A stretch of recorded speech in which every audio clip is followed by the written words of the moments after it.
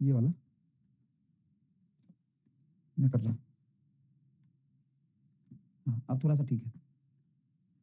Happy teachers day आप सभी लोगों को। आप सभी लोग भी बहुत मतलब टीचर ही है, बहुत अच्छे टीचर है ना। टीचर को पढ़ाते हैं, बताते हैं, सिखाते हैं कि पढ़ाना कैसे है। और आपको पढ़ा पढ़ा के तो हमने पढ़ाना सिखा रहे, बहुत कम लाइट हो गया अब तो, है ना। बहुत कम लाइट हो गया अब तो। ऊपर वाला बंद कर दीजिए, नीचे वाला ऑन कर देता हूँ, कोई नहीं। चलिए, तो आप सभी लोगों को शिक्षक दिवस की बहुत बहुत बधाई। और बिल्कुल सही बात है, मतलब मैं बचपन में कभी स्कूल गया नहीं, है ना। बचपन में कभी स्कूल नहीं गया 8वीं 9वीं तक में। और लेकिन फिर भी पढ़ा पा रहा हूँ तो आपकी वजह से, क्योंकि आपको पढ़ा पढ़ा के हमने सीखा है पढ़ाना कैसे। तो सभी लोगों को हैप्पी टीचर्स डे मेरी तरफ से भी, और थैंक यू सो मच। दूसरी बात कि बिल्कुल आप बहुत अच्छे तरीके से पढ़ाई करिए, इसी तरीके से मेहनत करिए और मेडिकल कॉलेज तक बड़े आराम से पढ़ते गिरते संघर्ष करते पहुंच जाइए, ठीक है। चलिए चलिए शुरू करते हैं। तो थोड़ा सा डिले इसलिए हो गया क्योंकि मैं रास्ते में जहाँ से आ रहा था, मैं कहीं और से क्लास ले रहा हूँ, तो मुझे रास्ता याद था, 2-3 कट लेके आना होता है। तो जब मैं पहले कट पे पहुंचा वो रास्ता बंद था, वहाँ पे कार्यक्रम चल रहा था, खुदाई चल रहा था, तो मुझे आगे जाके यू टर्न लेके आना पड़ा। जब मैं दूसरे टर्न पे पहुंचा वहाँ भी रास्ता बंद था, वहाँ भी खुदाई का कार्यक्रम चल रहा था, फिर मैं और आगे बढ़ गया। फिर तीसरे टर्न पे पहुंचा वहाँ पे ठीक था। तो 2 बार मुझे ना जाम में फंसना पड़ा, यू टर्न आगे से लेके आना पड़ा, इसलिए टाइम लग गया ज्यादा। तो आई एम सॉरी, 10 मिनट आपके यहाँ पे खराब हो गए। चलिए लेकिन शुरू करते हैं। देखो फंस गया, ये हैंग क्यों कर रहा है यार, इंटरनेट ठीक है क्या। चलिए चलिए तो शुरू करते हैं आज अल्टरनेटिंग करंट। लेकिन आप सभी लोगों को मैं बता दूं कि अल्टरनेटिंग करंट स्टार्ट करने से पहले अभी 1-2 छोटे छोटे सवाल और कुछ न्यूमेरिकल बचे हैं, वो हम पहले कवर करेंगे, ठीक है। वो हम पहले कवर करेंगे। क्या बचा है मैं आपको बता देता हूं। एक छोटा सा टॉपिक है, बहुत थ्योरेटिकल टॉपिक है, कुछ ज्यादा खास नहीं है। टुडेज गोल ज्यादा खास नहीं है, वो टॉपिक है एडी करंट। एडी करंट ये हम समझेंगे। म्यूचुअल इंडक्टेंस पे कुछ होमवर्क दिए थे, वो भी कराऊंगा। उसके बाद हम एसी जनरेटर समझेंगे। एसी जनरेटर से ही ना तुम्हारा एक्चुअल में एसी चैप्टर शुरू हो जाता है वो ईएमआई का पार्ट, लेकिन वो मिड में एसी और एसी जनरेटर ईएमआई के बीच में आता है एसी जनरेटर। तो हम ये पहले कंप्लीट करेंगे जनरेटर।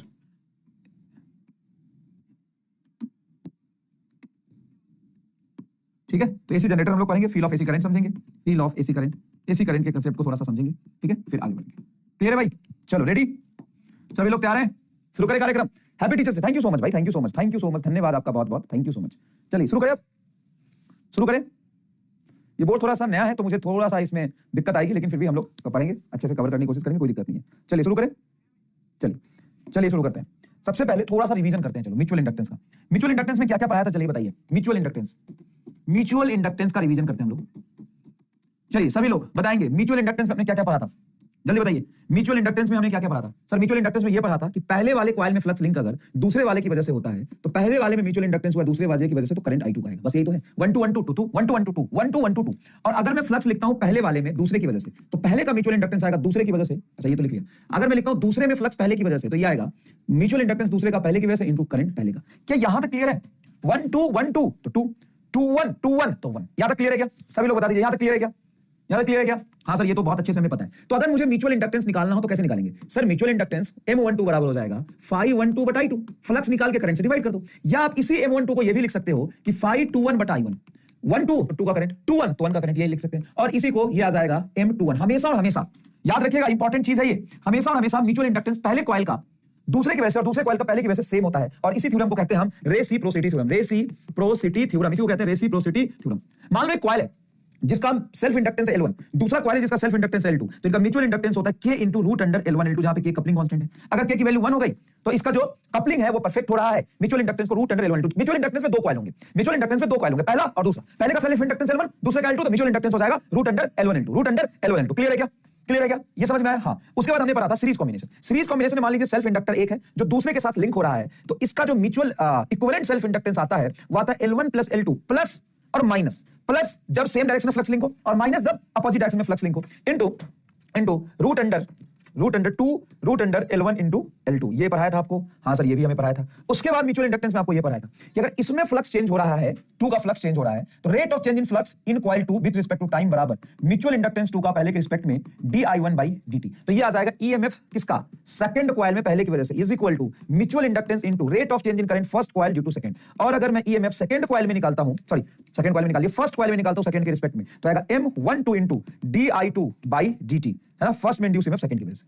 चलो, क्या इतने अच्छे से आपको लिख के रिवीजन करना आता है। पिछले चैप्टर का बैकलॉग है, ये लू कि मत लो, कोई फायदा नहीं है। 10-20% बच्चे जो बैकलॉग कह रहे हैं, प्लीज जाके बैकलॉग क्लियर करिए। ये चैप्टर आपको बिल्कुल भी समझ नहीं आएगा, नहीं आ तो जाएगा, लेकिन मैं आज पढ़ाऊंगा ही नहीं। आधा तो अभी ईएमआई ही चलेगा। अब जब तक ईएमआई चलेगा आप मुझे परेशान करेंगे, जो कि अच्छी बात नहीं है, अच्छी बात नहीं है, ठीक है। तो आधे घंटे 1 घंटे बाद आइएगा बेटा। I am sorry, I am sorry. हाथ जोड़ के आप सभी लोगों से माफी मांगता हूं मैं कि एसी चैप्टर हम शुरू कर रहे हैं, लेकिन अभी इसका 45 मिनट तक पुराना चैप्टर चलेगा। तो आई एम सॉरी आप सभी लोगों से, आई एम सॉरी। आप 45 मिनट बाद आ जाइए, ठीक है, या चुपचाप यहां से चले जाइए, नहीं आइए, ठीक है। Thank you. देखिए, तो इतनी बातें आपको लिख के रिवीजन करने आता है कि नहीं? म्यूचुअल इंडक्टेंस में यही बात इंपॉर्टेंट है। हाँ, अच्छा, यूनिट क्या होगा म्यूचुअल इंडक्टेंस का? म्यूचुअल इंडक्टेंस का यूनिट हेनरी होता है, सेल्फ इंडक्टेंस ऐसा, उसका यूनिट भी हेनरी होता है। हेनरी, हेनरी क्या हो जाएगा? तो म्यूचुअल इंडक्टेंस होगा वेबर पर एम्पियर। हेनरी को बोलते हैं वेबर पर एम्पियर। तो इस शॉर्ट नोट्स में ये वाली बातें आपको पता होनी चाहिए, ये शॉर्ट नोट्स में ये वाली बातें आपको बहुत अच्छे से पता होनी चाहिए। क्लियर? चलो, तो लास्ट क्लास में मैंने आपको एक्सटेंड करके पढ़ाया था, इसीलिए बेटा रिवाइज करा दिया, ठीक है। थैंक यू बोलो, थैंक यू बोलो। थैंक यू सर जी, आपने जो लास्ट क्लास में पढ़ाया था सबको सिस्टमैटिकली ये तो पढ़ाया था कि म्यूचुअल इंडक्टेंस सेल्फ इंडक्टेंस का रिलेशन सीरीज कॉम्बिनेशन में प्लस माइनस का कब आता है? सेम डायरेक्शन में, अपोजिट डायरेक्शन में, L1 L2 प्लस 2m। देखो रूट अंडर L1 L2 की वैल्यू m है, तो ये है 2m की वैल्यू। ईएमएफ इंड्यूस कैसे निकालेंगे? ठीक है, चलो, ठीक है, चलो। अब ये सवाल देखो, सवाल एकदम आसानी से होंगे, एकदम आसानी से। आपको लगेगा कि यार क्या था ये, इतना आसान तो हम नहीं करेंगे, हमारा शर्म आ गया। तो सवाल देख के कितने लोगों को शर्म आ गया जरूर बताइएगा। मतलब शर्म आ गया कि इतना आसान क्यों सवाल होता है। देखिए, with the decrease of current in the primary coil from 2 ampere to 0, मतलब डेल्टा आई आप कह सकते हो -2 एम्पियर है, डिक्रीज हुआ है 2 एम्पियर से 0 हुआ है। तो फाइनल बताओ कितना लिखोगे? 0, इनिशियल था 2, तो बताओ तो क्या आ गया? -2 एम्पियर आया कि नहीं decrease in current in time 0.01 second, मतलब टोटल टाइम लिया है 0.01 second. The EMF generated in the secondary coil, secondary coil में ईएमएफ पहले कॉइल की वजह से इज इक्वल टू क्या होता है? Mutual inductance into di1/dt। ये लिखोगे सेकंड कॉइल में पहले की वजह से आएगा, तो सेकंड कॉइल में 1000 वोल्ट इंड्यूस हुआ है, 1000 volt is equal to mutual inductance हमसे पूछा है, म्यूचुअल इंडक्टेंस करंट चेंज हुआ है -2 एम्पियर, -2 डिवाइडेड बाय टाइम कितना लगा है? 1/100, 1/100। तो आप लिख सकते हो 1000 बराबर m इंटू -2 इंटू 100। देखो 1/100 है, तो ऊपर 100 चला जाएगा। हाँ सर, तो 00 से 00 कट गया, तो म्यूचुअल इंडक्टेंस आ गया 10/2 मतलब 5 हेनरी, 5 हेनरी। ये 5 हेनरी। दूसरी बात, फैराडेज लॉ के अकॉर्डिंग एक चीज अगर आप देखें तो बेटा यहाँ पे मैग्नीट्यूड लिखा है, वैसे यहाँ पे माइनस आता है। अगर आप सिंपल लिखोगे तो मैग्नीट्यूड लिखोगे तो माइनस इग्नोर करोगे, ठीक है। यहाँ पे माइनस आएगा, वो ईएमएफ d5/dt होता है, देखो ना, सॉरी यहाँ पे माइनस नहीं आएगा। एक मिनट, जैसे इससे d5/dt को क्या लिखते हैं? माइनस ईएमएफ, ये आएगा माइनस, तो यहाँ पे ऐसे माइनस लिख सकते हैं। देखो d5/dt में ये माइनस ईएमएफ आता है, ये ऐसे यहाँ माइनस आएगा फैराडे लॉ के अकॉर्डिंग, ठीक है। तो यहाँ पे हम मैग्नीट्यूड निकाल रहे हैं, तो उसके बाद इस माइनस को हम क्या कर सकते हैं? इग्नोर, क्योंकि हम मैग्नीट्यूड की बात कर रहे हैं, तो माइनस को क्या कर सकते हैं? इग्नोर, ठीक है। तो ये वाला जो टर्म हम मैग्नीट्यूड लिख रहे थे, वैसे फैराडे लॉ में माइनस आता है, आप जानते हो। तो क्या आंसर 5 हेनरी आ जाएगा? हाँ सर, एकदम सही है, ठकाठक। बताओ शर्म आ गया कि नहीं? जल्दी बताइए, शर्म आ गया कि नहीं सवाल में? जल्दी बताओ, शर्म आ गया कि नहीं? सर बहुत इजी है, यस, ये होमवर्क था। नेक्स्ट देखिए, two coaxial coil are very close to each other, दो कोएक्सियल कॉइल है very close to each other and their mutual inductance is 5 milli henry. Mutual inductance m है 5 milli henry, मतलब बेटा mutual inductance आ गया 5 × 10⁻³ Henry. Current of 50 sin 500 t, t है बेटा, यहाँ printing mistake है थोड़ा, t है। तो उसमें करंट फ्लो कर रहा है 50 sin 500 t, इतना करंट फ्लो कर रहा है। Placed in one of the coil, then peak value of the induced EMF in the secondary coil. Secondary coil में इंड्यूस्ड ईएमएफ बताओ क्या होगा? क्या सवाल है यार। सेकेंडरी कॉइल में इंड्यूस्ड ईएमएफ का magnitude 1 is equal to m21 × di1/dt। ये तुम्हें करंट की वैल्यू यार, पहले कॉइल में करंट की वैल्यू सिंपल सी बात है, म्यूचुअल इंडक्टेंस की वैल्यू है 5 × 10⁻³ देखो ये म्यूचुअल इंडक्टेंस 5 × 10⁻³ है म्यूचुअल इंडक्टेंस। हाँ सर, 5 × 10⁻³ ये रहा म्यूचुअल इंडक्टेंस इनटू, इसमें डिफरेंशिएशन करोगे तो 50 तुम्हारा कांस्टेंट बाहर, sin 50t का 500t का cos 500t इनटू तुम्हारा 500 आ जाएगा। आउटसाइड इनसाइड रूल से डिफरेंशिएट करेंगे, ठीक है सर। तो यहां से आपका ईएमएफ बन रहा होगा 5 × 10⁻³ इनटू 5 × 10⁻² इनटू 5 × 10⁻³ इनटू 50 है ये 50 × ये 5 का 10⁻² इनटू cos ω t की मैक्सिमम वैल्यू 1, क्योंकि हमें मैक्सिमम ईएमएफ पूछा। अब यहां से आप देख पा रहे होंगे कि 10⁻² से 10⁻³ कैंसिल होगा, 10⁻⁻1 ये 0 से 10⁻⁻1 कैंसिल होगा, 5 25 125 125 volt is your all correct answer. अब मुझे बताइए कि ऐसा सवाल आएगा एग्जाम में तो रगड़ दोगे कि नहीं? ऐसा सवाल एग्जाम में आएगा तो रगड़ दोगे कि नहीं? बताओ, डी आ रहा है, सभी बच्चे करेंगे। ऐसा सवाल अगर एग्जाम में आ गया तो क्या करोगे बोलो?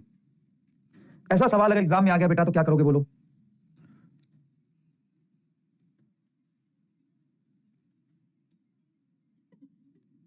क्या करोगे? रगड़ दोगे कि नहीं? बताओ। ये देखो, ये मैंने कल ही करा दिया था, ऑलरेडी डन। लैंग्वेज वाइज कैसा सवाल आएगा वो देख लो एक बार। ये सवाल बेटा कल ही करा दिया था मैंने, ये सवाल आपको मैंने कल ही करा दिया था। लैंग्वेज वाइज कैसा आ सकता है उसको पढ़ के देख लो, इंपॉर्टेंट है। Figure shows two concentric loop of radius capital R and small r, जहां पे कैपिटल आर की रेडियस स्मॉल आर से बहुत बड़ी, देखो ये लूप है कैपिटल आर का, और ये जो स्मॉल आर है वो बहुत छोटा है, इसमें करंट फ्लो कर रहा है, देखो आई, इसमें करंट फ्लो कर रहा है। A current I is passes through the outer loop, find the flux linked with inner loop and the mutual inductance of the arrangement. कल ही करा दिया था ये। बाहर की वजह से मैग्नेटिक फील्ड आ जाएगा आपका μ0I/2r into pi small r square. I को हटा दो तो μ0πr², μ0πr² by capital R, ये आंसर आ जाएगा 2 आ जाएगा, sorry μ0π capital R square small r square, ये डी कल ही करा दिया था ये। हाँ, इस पर एक सवाल अलग तरीके से ऐसा पूछ लेगा, कैसा? ये देखो स्क्वायर लूप के अंदर स्क्वायर लूप डाला है, ये तुम्हारा स्क्वायर लूप है जिसका साइड लेंथ है कैपिटल एल, इसमें करंट ऐसे फ्लो कर रहा है, ऐसे करंट फ्लो कर रहा है, और ये छोटा सा साइड लेंथ स्मॉल एल, इसका म्यूचुअल इंडक्टेंस पूछा है। तो याद करो मैग्नेटिक फील्ड हमने निकाला हुआ है, याद है आपको 2√2 म्यू नॉट आई बटा पाई एल, देखना यार ये है क्या magnetic field at the centre of square loop, centre of square loop. तो फ्लक्स बराबर आ जाएगा magnetic field 2√2 mu not I बटा पाई कैपिटल एल बड़ा वाला side length into small l square into capital I को नीचे ले आओ, तो म्यूचुअल इंडक्टेंस आ जाएगा 5 by I 2√2 mu naught small l square बटा pi l, 2√2 mu naught small l square by pi l, 2√2 mu naught small l square by pi l, ये answer आ रहा है। मैग्नेटिक फील्ड आपको याद है क्या? मैग्नेटिक फील्ड याद है क्या? याद है क्या मैग्नेटिक फील्ड? गाइस प्लीज इधर देखिए, the coefficient of self inductance of the two inductor coil are 20 milli henry and 40 milli henry, मतलब सेल्फ इंडक्टेंस दो कॉइल का 20 और 40 दिया हुआ है। If the coil are connected in a series as support each other, दो coil को इस तरीके से कनेक्ट किया है कि देखो दोनों सपोर्ट कर रहा है, अपोज नहीं कर रहा है, सपोर्ट कर रहा है, and the resultant inductance becomes 80 milli henry, resultant 80 milli henry, then value of mutual inductance. तो देखो जब सपोर्ट कर रहा है तो L इक्विवेलेंट तुमको मैंने सिखाया था कि L1 plus L2 plus 2 into M आएगा। L इक्विवेलेंट दिया 80 बराबर L1 है 20 और ये है 40 प्लस 2 इंटू म्यूचुअल इंडक्टेंस, 40 20 60 उधर चला जाएगा, 80 माइनस 60 बराबर 2 इंटू M, 80 माइनस 60 20, 20 बराबर 2M, ये आ गया तुम्हारा 10, mutual inductance is 10 milli henry. क्या डायरेक्ट फार्मूला बेस्ड है ये? आते हैं ऐसे सवाल बेटा, डायरेक्ट फॉर्मूला बेस्ड है बेटा ये, लेकिन ऐसे सवाल आते हैं। तो क्या आपको ये रियलाइज हो गया कि कल लास्ट में जो हम सारा फॉर्मूला पढ़ रहे थे उस पे सवाल कैसा आ सकता है? देखो ये तो है। अब एक चीज तुमको मन में डाउट आना चाहिए, यहाँ पे एक चीज तुम्हारे मन में डाउट आना चाहिए, सर क्या? अरे गुरुजी आप कह रहे हो म्यूचुअल इंडक्टेंस, हाँ तो सर गुरुजी म्यूचुअल इंडक्टेंस तो आपने बताया था रूट अंडर L1 L2 होता है, तो M बराबर रूट अंडर L1 की वैल्यू 20 और ये 40, तो 4 दूना 8 800, 800 से तो आंसर नहीं बैठ रहा गुरुजी। तो ये तुम्हारा लगाना कहां पे गलत हो गया? इन सब काहे नहीं आया बताओ? ये है तुम्हारे हमारे स्कैम, क्या गलत है इसमें बताओ? बताओ क्या गलत हो गया इसमें बताओ, तब तो बात बनेगी। गुरु गलत क्या हो गई बताओ, इसमें ऐसी क्या गलती हो गई बताओ, क्या गलती हो गई इसमें ऐसी बताओ? क्या बढ़िया जवाब दिया है, ये भी तो होता है सर यहाँ पे, ये नहीं है। यस थैंक यू, बहुत बढ़िया, क्योंकि यहाँ पे दोनों का लिंकिंग कैसे हुआ है वो नहीं पता, और जब तक हमें कपलिंग कांस्टेंट नहीं पता, हाँ यार मतलब सैल्यूट है तुम्हें, पता नहीं अरे शायद ऑनलाइन होने की वजह से कभी कभी कम्युनिकेशन गैप की वजह से मैं तुम्हें गलत समझ लेता हूँ। क्या सही जवाब दिया यार तुमने, बिल्कुल बहुत बढ़िया। ये नहीं पता सर यहाँ पे, ये पता होता तुम तो कर लेते, ये नहीं पता सर। यस बहुत बढ़िया बढ़िया। नेक्स्ट देखो, two coil of self inductance 2 milli henry and 8 milli henry are placed so close to each other that the effective flux in one coil is completely linked with other. देखो अब यहाँ पे क्या बता दिया, कंप्लीटली लिंक्ड विद अदर, एक का दूसरे से कंप्लीटली लिंक्ड है, एक का दूसरे से कंप्लीटली लिंक्ड है, then mutual inductance between these coils, तो म्यूचुअल इंडक्टेंस हो जाएगा बेटा रूट अंडर L1 L2 के, और डायरेक्ट देखो म्यूचुअल इंडक्टेंस कैसे निकलेगा डायरेक्ट कि M बराबर K1 रूट अंडर 8 गुना 2, 8 गुना 16 4 आएगा म्यूचुअल, ये 4 मिली हेनरी, 4 मिली हेनरी से करेक्ट आंसर, थर्ड ऑप्शन है।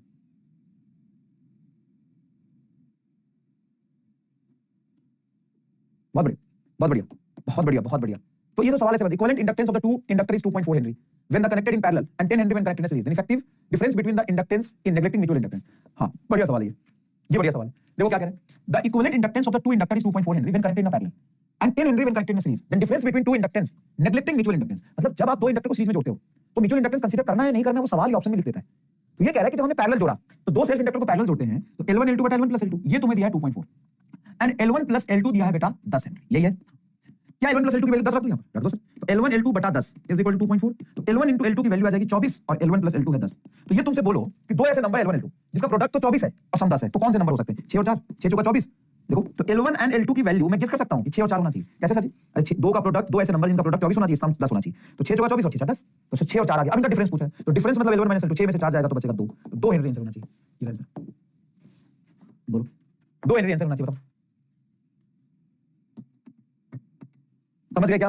समझ गए क्या? ये तो बड़ा आसान है। Two coil have self inductance 4 milli henry 2 milli henry, the current in the two coils are increasing at the same rate, मतलब di by dt दोनों का क्या दिया हुआ है? सेम दिया हुआ है। At a certain instant of time both coils are given the same power, तो p is equal to iv and p is equal to i, और v को लिख सकते हैं l di by dt, v को लिख सकते हैं l di by dt, l di by dt, ठीक है। Then the value of i1 and i2, तो बहुत आसान हो गया ये तो। देखो उनका पावर सेम है, दोनों में पावर सेम जनरेट हुआ है और di by dt दोनों में सेम है, तो i into l का प्रोडक्ट दोनों का क्या होगा? कांस्टेंट। तो पहले i 1 और पहले का 4 मिली हेनरी बराबर दूसरे करंट i2, दूसरे का 1 milli henry. i1 by i2 का रेशियो पूछा है, i1 by i2 का रेशियो हो जाएगा 1/4, i1 by i2 का रेशियो हो जाएगा 1/4, देखो 1/4। तो इस तरह से क्वेश्चन प्रैक्टिस में लैंग्वेज के साथ बहुत जरूरी है बेटा, ठीक है, लैंग्वेज के साथ क्वेश्चन प्रैक्टिस बहुत जरूरी है, ठीक क्लियर क्लियर। चलो अब आगे चलते हैं। तुम बहुत जल्दी में हो कि तुमको आराम आराम से चीजें पढ़ना और सीखना, ये बताओ। बहुत जल्दी में तो नहीं होगे शायद, तुम आराम आराम से चीजें पढ़ना सीखना है, तो बहुत इंपॉर्टेंट टॉपिक है बोर्ड के हिसाब से, और ऑफ कोर्स कंसेप्ट अच्छा यूज होगा तो नीट के हिसाब से इंपॉर्टेंट है, वो मैं आपको बता देना चाहता हूं। नहीं तो बोर्ड में आएगा तो आप बैठ के मुझे गरियाओगे, है ना, है ना, है ना। आप बहुत जल्दीबाजी में तो नहीं हो बेटा, नहीं तो लिखो topic mutual inductance of combination of two solid wire, लिखो म्यूचुअल इंडक्टेंस एनसीईआरटी में दिया हुआ, नीट में भी आ सकता है, बोर्ड में मल्टीपल टाइम्स आता है। Mutual inductance of combination of two solenoid आराम से ना। अच्छा, एक बच्चा कह रहा था कि सर बोर्ड पीवाईक्यू करने में थोड़ी दिक्कत आ रही है, आपने बोला था बोर्ड का पीवाईक्यू। यस, मैंने बोला था, मैंने आपको स्टार्टिंग में बोला था, चिंता करने की जरूरत नहीं है। स्टार्टिंग में मैंने बोला था या नहीं बोला था, हाँ ना बताइए, कि बोर्ड का पीवाईक्यू मैं टाइप करा रहा हूं, मैं आपको दूंगा। बोला था कि नहीं बोला था? सर बोला तो था, लेकिन दिया नहीं। अरे टाइम आने पे दूंगा ना, अभी से बोर्ड की तैयारी। कम से कम इलेक्ट्रोमैग्नेटिज्म जो पहला सेक्शन हो खत्म तो होने दे, एसी और ये। तो मैंने आपको ये प्रॉमिस किया था और बोला था कि बोर्ड की पीवाईक्यू मैं टाइप करा रहा हूं, मैं आपको दूंगा। एक मिनट रुक जाओ सर, वो बोर्ड का पीवाईक्यू था ना जो सॉल्यूशन के साथ हम लोग टाइप कर रहे थे, उसका क्या हुआ? मतलब पहला चैप्टर तो हो गया होगा, एक बार देखिएगा, या कुछ पेंडिंग है तो देखिए ना होगा कितना हुआ है। तो बोर्ड का पीवाईक्यू बेटा पहला चैप्टर में 1-2 दिन में इसी संडे तक अपलोड कर दूंगा, ठीक है? और उसको डिस्कस भी करेंगे, ठीक है? जो जिसमें दिक्कत आएगी उसको डिस्कस भी करेंगे। अभी आप बोर्ड का नहीं, सीबीएसई का मैं कराऊंगा, बाकी बोर्ड का देख लो। वैसे तो मैं यार पागल हो जाऊंगा। तो आप पहली बार पढ़ रहे हो, कई बार ऐसा होगा कि कहीं चीज में, एक आध चीज में कहीं फंसोगे तो परेशान नहीं होना, उसका पूरा डिस्कशन हम करेंगे। बोर्ड का पीवाईक्यू मैं पूरा कराऊंगा और हर तरह के बोर्ड के डेरिवेशन में लिखना कैसे वो भी बताऊंगा। और सबसे अच्छी बात है, इस सिलेबस एकदम टाइम पे हमारा चल रहा है, तो आपको 1% की टेंशन लेने की जरूरत नहीं। कोई कह रहा था ना 7 तारीख को मेरा वो है, प्री बोर्ड है, मिड बोर्ड है, पता नहीं कितना है, ये वेब तक आ रहा है, ये वेब तक नहीं करा पाया, लेकिन मैं देखो आपको 90% करा दिया। पहले से पता होता तो मैं ये वेब तक करा देता, तो घबराने की जरूरत नहीं है, वो चीजें हम करेंगे, ठीक है? चलिए, तो चलिए अब सोलेनॉइड के बारे में बात कर लेते हैं। क्या solenoid? Mutual inductance of the combination of two solenoid. और आपका मिड का बोर्ड खत्म हो जाएगा ना, फिर से हम 11th का रिवीजन स्टार्ट करेंगे। कई बच्चों के मैसेज ऐसे थे, मैंने देखे कमेंट में कि सर अभी तो हमारा बोर्ड का है, मिड बोर्ड का है, प्री बोर्ड का है, तो वो आप कर लो एक बार, फिर हम 12th का revision as it is start कर देंगे। क्लियर? जो मैं वीडियो आपको दे रहा था असाइनमेंट के साथ, वो मैं आपको देना शुरू कर दूंगा अभी 5-10 दिन बाद, जब आपका बोर्ड हो जाता है उसके बाद। चलिए, mutual inductance of combination of two solenoid. देखिए, एक सोलेनॉइड लिया हमने, ये वाला हमने पहले लिया, ये वाला सोलेनॉइड एकदम मोटा लंबा चौड़ा तगड़ा सोलेनॉइड। उसके बाद इसके अंदर में हमने घुसा दिया ये वाला सोलेनॉइड, ये वाला सोलेनॉइड एकदम छोटू सा, पतलू सा, मोटू सा, हल्कू सा, ये वाला सोलेनॉइड। इसमें पहले वाले सोलेनॉइड में ऐसे करंट फ्लो कर रहा है। अब यहाँ पे जो करंट है उसको I1 बोल देते हैं, और पहले वाले सोलेनॉइड की प्रॉपर्टी यहाँ पर लिखते हैं N1, बताओ क्या है ये? स्मॉल n1 बताओ क्या है ये? I1 बताओ क्या है ये? A1 बताओ क्या है ये? और चाहे R1 लिख लो, R1 लिख लो, L1 बताओ क्या है ये? इंट्रोडक्शन दो, total turns, total number of turns of coil 1, of coil 1, यही है total number of turns of coil 1। N1 क्या है? नंबर ऑफ टर्न्स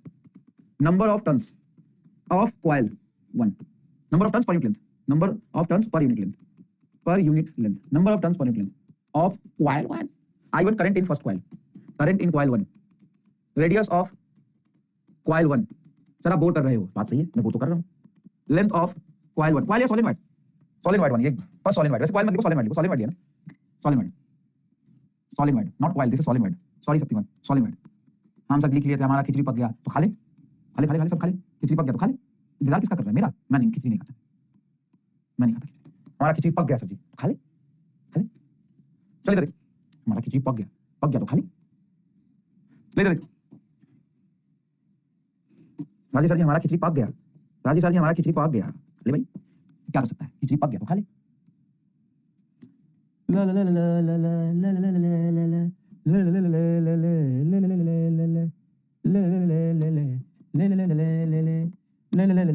देखो टेक्नोलॉजिया, देखो टेक्नोलॉजिया, देखो टेक्नोलॉजिया, देखो टेक्नोलॉजिया। ले ले ले ले ले ले ले ले ले ले। अच्छा ठीक है भाई, क्या है तो कोई दिक्कत? तो बोर्ड में ये काम आपको करना पड़ेगा, ऐसे ही लिखना पड़ेगा ध्यान से, बोर्ड है तो करना पड़ेगा। यहाँ पर देखिए करंट ऐसे आ रहा है I2, ठीक।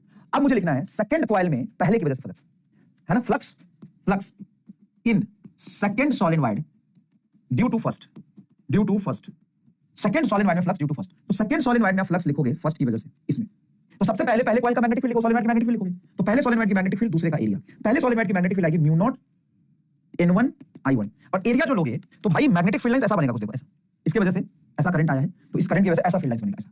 अब ये फील्ड लाइंस पूरे सोलेनॉइड के एरिया में जो जा रहा है वो पूरा फ्लक्स देगा कि अंदर वाले छोटे वाले सोलेनॉइड में जो फील्ड लाइंस गया वही फ्लक्स देगा, बस सब छोटे वाले फील्ड लाइंस में गया वही फ्लक्स देगा। तो मैग्नेटिक फील्ड तो uniform mu naught N1 I1 आ गया, एरिया क्या लिखेंगे? तो पाई R2 का स्क्वायर, ये वाला पाई R2 का स्क्वायर, ये रेडियस इसका R2 है, पाई R2 का square 1 and total number of turns N2।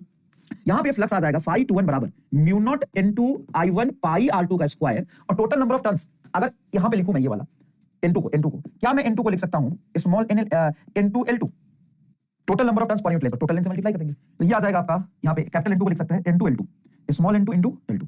अब यहां पे फ्लक्स देखो क्या जाएगा, फ्लक्स देखो क्या जाएगा, तो phi 2 1 बराबर म्यू नॉट, ये आ गया तुम्हारा N1, ये N1 है बे, म्यू नॉट N1 N2, देखो N1 N2 इनटू पाई R2 का square into L2 into current I1, ये आ गया। इसको करंट को छोड़ के इसको कहोगे म्यूचुअल इंडक्टेंस, तो M21 यहां से आपका आ रहा है, ध्यान से देखिएगा, mutual inductance of second coil due to first is equal to mu naught N1 N2 pi R2 का स्क्वायर इनटू L2, ये आ रहा बेटा, ये आ रहा बेटा।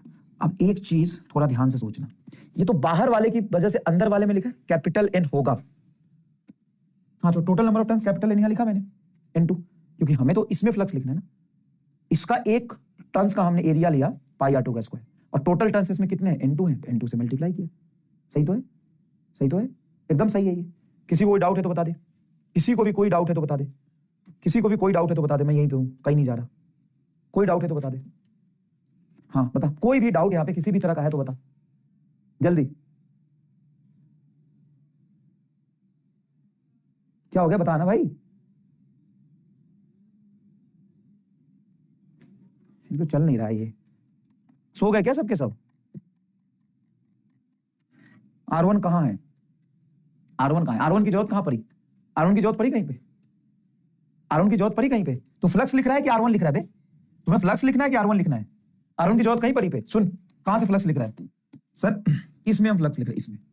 किसके वजह से? बाहर की वजह से। तो सबसे पहले इसका मैग्नेटिक फील्ड लिखो। बताओ मैग्नेटिक फील्ड क्या होगा? Mu naught N1 I1। Solenoid के अंदर मैग्नेटिक फील्ड होता है mu naught Ni।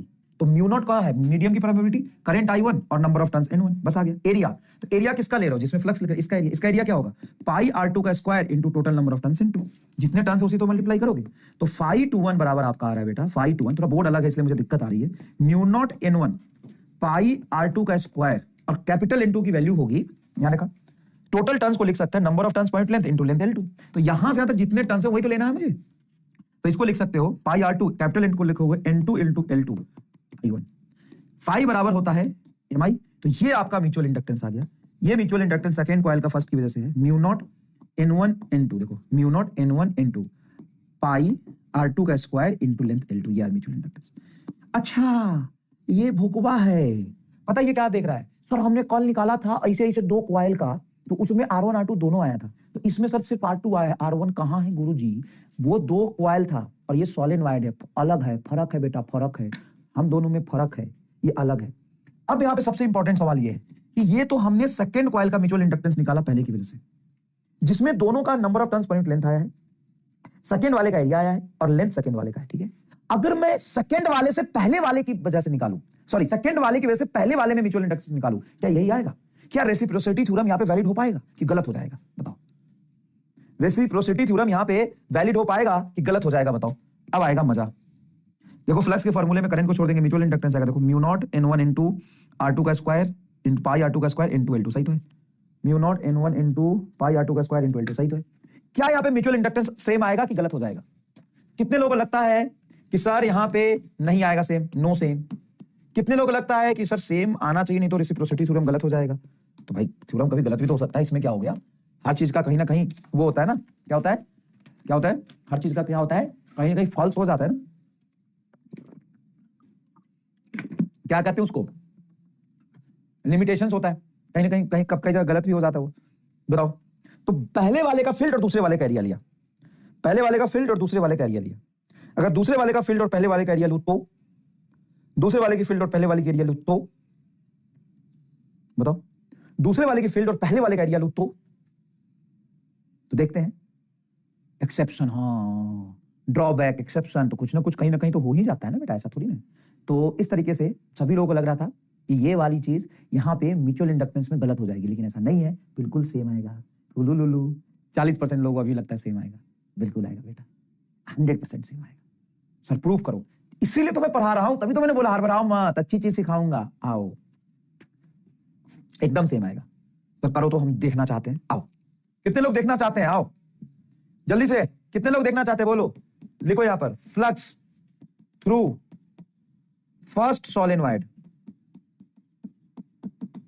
Due to second, flux through first solenoid due to second, phi 1 2 में पहले का फील्ड एंड दूसरे का, किसका किसका किसका, फाई 1 2, तो 1 2 में पहले में फ्लक्स लिख रहे हैं, तो दूसरे का मैग्नेटिक फील्ड, ऑब्वियस सी बात है दूसरे की वजह से लिख रहे हैं, और पहले का एरिया, ये लिखेंगे। हाँ सर, एक्साइटेड हो? आओ बताओ दूसरे वाले की मैग्नेटिक फील्ड कितनी आएगी? सर दूसरे वाले की, इसमें करंट I2 है, तो इसमें आ जाएगा म्यू नॉट N2 I2। भाई जिसके वजह से फील्ड लिख रहे हो तो उसके नंबर ऑफ ट्रांसपेरेंट लेंथ पे डिपेंड करेगा, म्यू Ni होता है, तो म्यू नॉट N2 I2 तो किसके वजह से लिखना है? यहां तक समझ में आ गया तो थम्स अप कर दीजिए बस। अब बोलिए एरिया किसका लेंगे? सर इसका नहीं लेंगे, इससे फ्लक्स लिखना है, हाँ इससे फ्लक्स लिखना है, बड़े वाले सोलेनॉइड से फ्लक्स लिखना है, लेकिन मैं बड़े वाले सोलेनॉइड का एरिया नहीं लूंगा। सर क्यों? क्योंकि ध्यान से सुनिए, इतना बड़का एरिया है इसका, हाँ, और इसमें ये छोटका सोलेनॉइड यहां है, हाँ, इस छोटके का फील्ड तो इसी के अंदर होगा ना बस, हाँ, तो भले ही तुम इससे फ्लक्स लिखोगे, लेकिन इससे जब फ्लक्स लिखोगे तो लिखोगे मैग्नेटिक फील्ड इनटू इतने में ही फील्ड प्रेजेंट है। धोखा हुआ रे बेटा, धोखा हुआ रे, सुन सुन सुन इधर आ। जब तू पहले की वजह से फील्ड ले रहा था तो पहले का फील्ड तो पूरे में, लेकिन दूसरे की वजह से फील्ड लेगा, इसका तो फील्ड लेगा, तो इसका फील्ड तो सिर्फ इतने में प्रेजेंट है, भले तू फ्लक्स इससे लिख। अरे भाई मेरे, तो कराया है, देख ये छोटका सोलेनॉइड है, इसी में तेरा फील्ड प्रेजेंट है। अब तू इससे फ्लक्स लिख, इससे फ्लक्स लिख, इससे फ्लक्स लिख, पता नहीं किससे फ्लक्स लिख, लेकिन एरिया कौन सा आएगा जहां पे मैग्नेटिक फील्ड प्रेजेंट है। अब मतलब मैग्नेटिक फील्ड तो इसी में प्रेजेंट है बस, यहां पे अगर मैं इसके वजह से देखूं तो मैग्नेटिक फील्ड तो यही है बस, तो भले मैं फ्लक्स इससे लिख रहा हूं लेकिन एरिया तो यही करूंगा। हाय हाय हाय हाय हाय हाय तौबा, हाय हाय हाय हाय तौबा, बोलो। अरे यार सर, हम एक्चुअल में छोटे वाले सोलेनॉइड का एरिया नहीं ले रहे हैं, हम ले रहे हैं बड़े वाले का एरिया जहां पे फील्ड प्रेजेंट है, और बड़े वाले के एरिया में से इतनी दूर में फील्ड प्रेजेंट है, तो इसका एरिया आएगा पाई r2 का स्क्वायर। ओके, अब यहां से यहां तक ही मैग्नेटिक फील्ड प्रेजेंट होगा बस, हाँ, तो बड़े वाले सोलेनॉइड का जितने टर्न्स इसके लेंथ में आएंगे, किसके लेंथ में, सेकंड वाले सोलेनॉइड के लेंथ में, मैग्नेटिक फील्ड सिर्फ इसी में प्रेजेंट होता है, बाहर तो जीरो हो जाता है, तो छोटा वाला सोलेनॉइड यहीं तक है। तो इस छोटे वाले सोलेनॉइड के लेंथ में जितने टर्न्स आएंगे, बड़े वाले का सिर्फ उतना ही टर्न्स लेना है आपको, टोटल टर्न्स N1 नहीं लेना है, turns of first in length of second solenoid. क्योंकि जो सोलेनॉइड होता है ना, उसके वजह से फील्ड, एक मिनट समझना, जोरदार कंसेप्ट यहां पे समझाना चाह रहा हूं मैं तुम्हें, एक मिनट समझना बेटा। ये सोलेनॉइड लिया तूने, हाँ लिया, ये सोलेनॉइड लिया, अब ये सोलेनॉइड में तूने एक छोटा सा ये वाला सोलेनॉइड डाल दिया। अब मुझे बताओ, इसका जो मैग्नेटिक फील्ड होगा वो तो इसी रीजन में होगा बस, यहां तो नहीं होगा, नहीं सर जी। तो अब तुम इससे फ्लक्स भले ही लिख रहे हो, लेकिन एरिया किसका लोगे, इसी में मैग्नेटिक फील्ड प्रेजेंट, इसका एरिया लोगे। अब इसके एरिया तो ले लिया तुमने, लेकिन टर्न्स किसका लोगे, फ्लक्स तो इससे लिख रहे हो, तो ये जो टर्न्स लिंक्स होगा वही तो तुम्हारा इफेक्टिव टर्न्स आएगा। टर्न्स तो बड़े वाले का लेना है, टर्न्स तो देखो, एरिया किसका है, बड़े वाले का। हमने बड़े वाले का एरिया लिया, लेकिन वही एरिया लिया जहां पे फील्ड प्रेजेंट है, हमने छोटे वाले का एरिया नहीं लिया। तुम पाई r2 देख के कंफ्यूज मत हो, पाई r2 भले ही छोटे वाले का एरिया, लेकिन हमने लिखा किसका है, बड़े वाले से फ्लक्स, तो बड़े वाले से एरिया लेंगे जहां पर फील्ड प्रेजेंट है। अब यही से यही तक मैग्नेटिक फील्ड है, तो इतने में कितने टर्न्स आएंगे देखो, तो यहां पे क्या लिखा है, turns of first solenoid in a length of second solenoid, second solenoid के लेंथ तक जितने बड़े वाले का टर्न्स है, देखो इसका ये एरिया लिया है, इसका ये एरिया लिया, इसका ये एरिया लिया है, फील आया क्या सर? तो अब मुझे बताओ कितने टर्न्स आएंगे, तो 512 बराबर म्यू नॉट N2 I2 पाई R2 का स्क्वायर। अब देखो इस L2 लेंथ में बड़े वाले के एक यूनिट लेंथ में कितने टर्न्स हैं, तो N1 है number of turns in a unit length, तो एक यूनिट लेंथ में N1 टर्न्स है, तो L2 लेंथ में कितने टर्न्स होंगे, N1 इंटू L2। यहां से अब देखो 512 बराबर म्यू नॉट N2, ये आ गया आपका N1, ठीक है, इंटू पाई R2 का square, L2 into current I2। अब ये टर्म देखो सेम है कि अलग है, अब देखो चाचा देखो ये सेम है कि अलग है, देखो क्या है, mu naught N1 into pi R2 का स्क्वायर L2। ऐसे हल्के में लिया था क्या रेसिप्रोसिटी को, है हल्के में लिया था क्या रेसिप्रोसिटी को, रेसिप्रोसिटी देख इधर, रेसिप्रोसिटी हल्के में लिया था क्या, सेम आ गया। किसी को यहां पे डाउट है तो मैं बताने के लिए तैयार हूं। हमें किसका एरिया लेना है, बड़े वाले का एरिया लेना है जहां पे छोटे वाले का फील्ड है, तो छोटे वाले का फील्ड सिर्फ इसी के एरिया में। उसके बाद टोटल टर्न्स कितना लेना है, किसका लेना है, बड़े वाले का, कहां तक, जहां तक फील्ड प्रेजेंट है, कहां तक फील्ड प्रेजेंट है, छोटे वाले सोलेनॉइड तक फील्ड प्रेजेंट है, तो छोटे वाले सोलेनॉइड तक बड़े का कितना टर्न्स है, बड़े का एक यूनिट लेंथ में N1 टर्न्स है, तो L2 लेंथ में कितने टर्न्स होंगे, N2 L2, तो यहां पे कैपिटल N की वैल्यू आएगी N2 L2, N1 L2, क्योंकि N1 लेना ना, इसमें कितना टर्न्स है, एक यूनिट लेंथ में N1, L2 लेंथ में कितना होगा, N1 L2। बताओ रेसिप्रोसिटी में मजा आया कि नहीं, बताओ रेसिप्रोसिटी में मजा आया कि नहीं, लिखो इसको। एंड बोर्ड के लिए बहुत इंपॉर्टेंट है, sir in board can be equal both m by reciprocity theorem, हाँ लिख सकते, मजा आ गया गुरुजी। बिग वाले में क्यों नहीं मैग्नेटिक फील्ड नहीं है, छोटका जो है ना सोलेनॉइड, वो सिर्फ अपने अंदर ही सोलेनॉइड फील्ड प्रेजेंट कराता है, बाहर नहीं कराता वो फील्ड प्रेजेंट।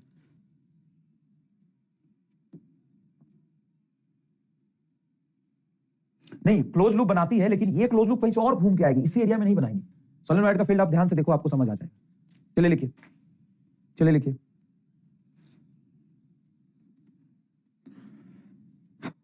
चलिए लिखिए इसको अच्छे से।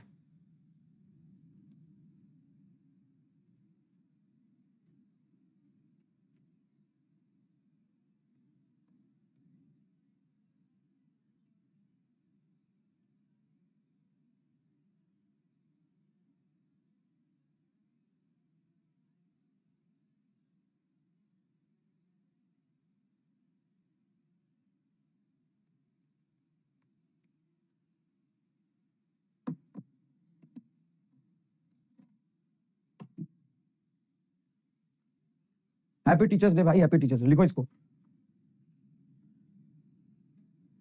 जल्दी से, कमॉन कमॉन कमॉन। डन।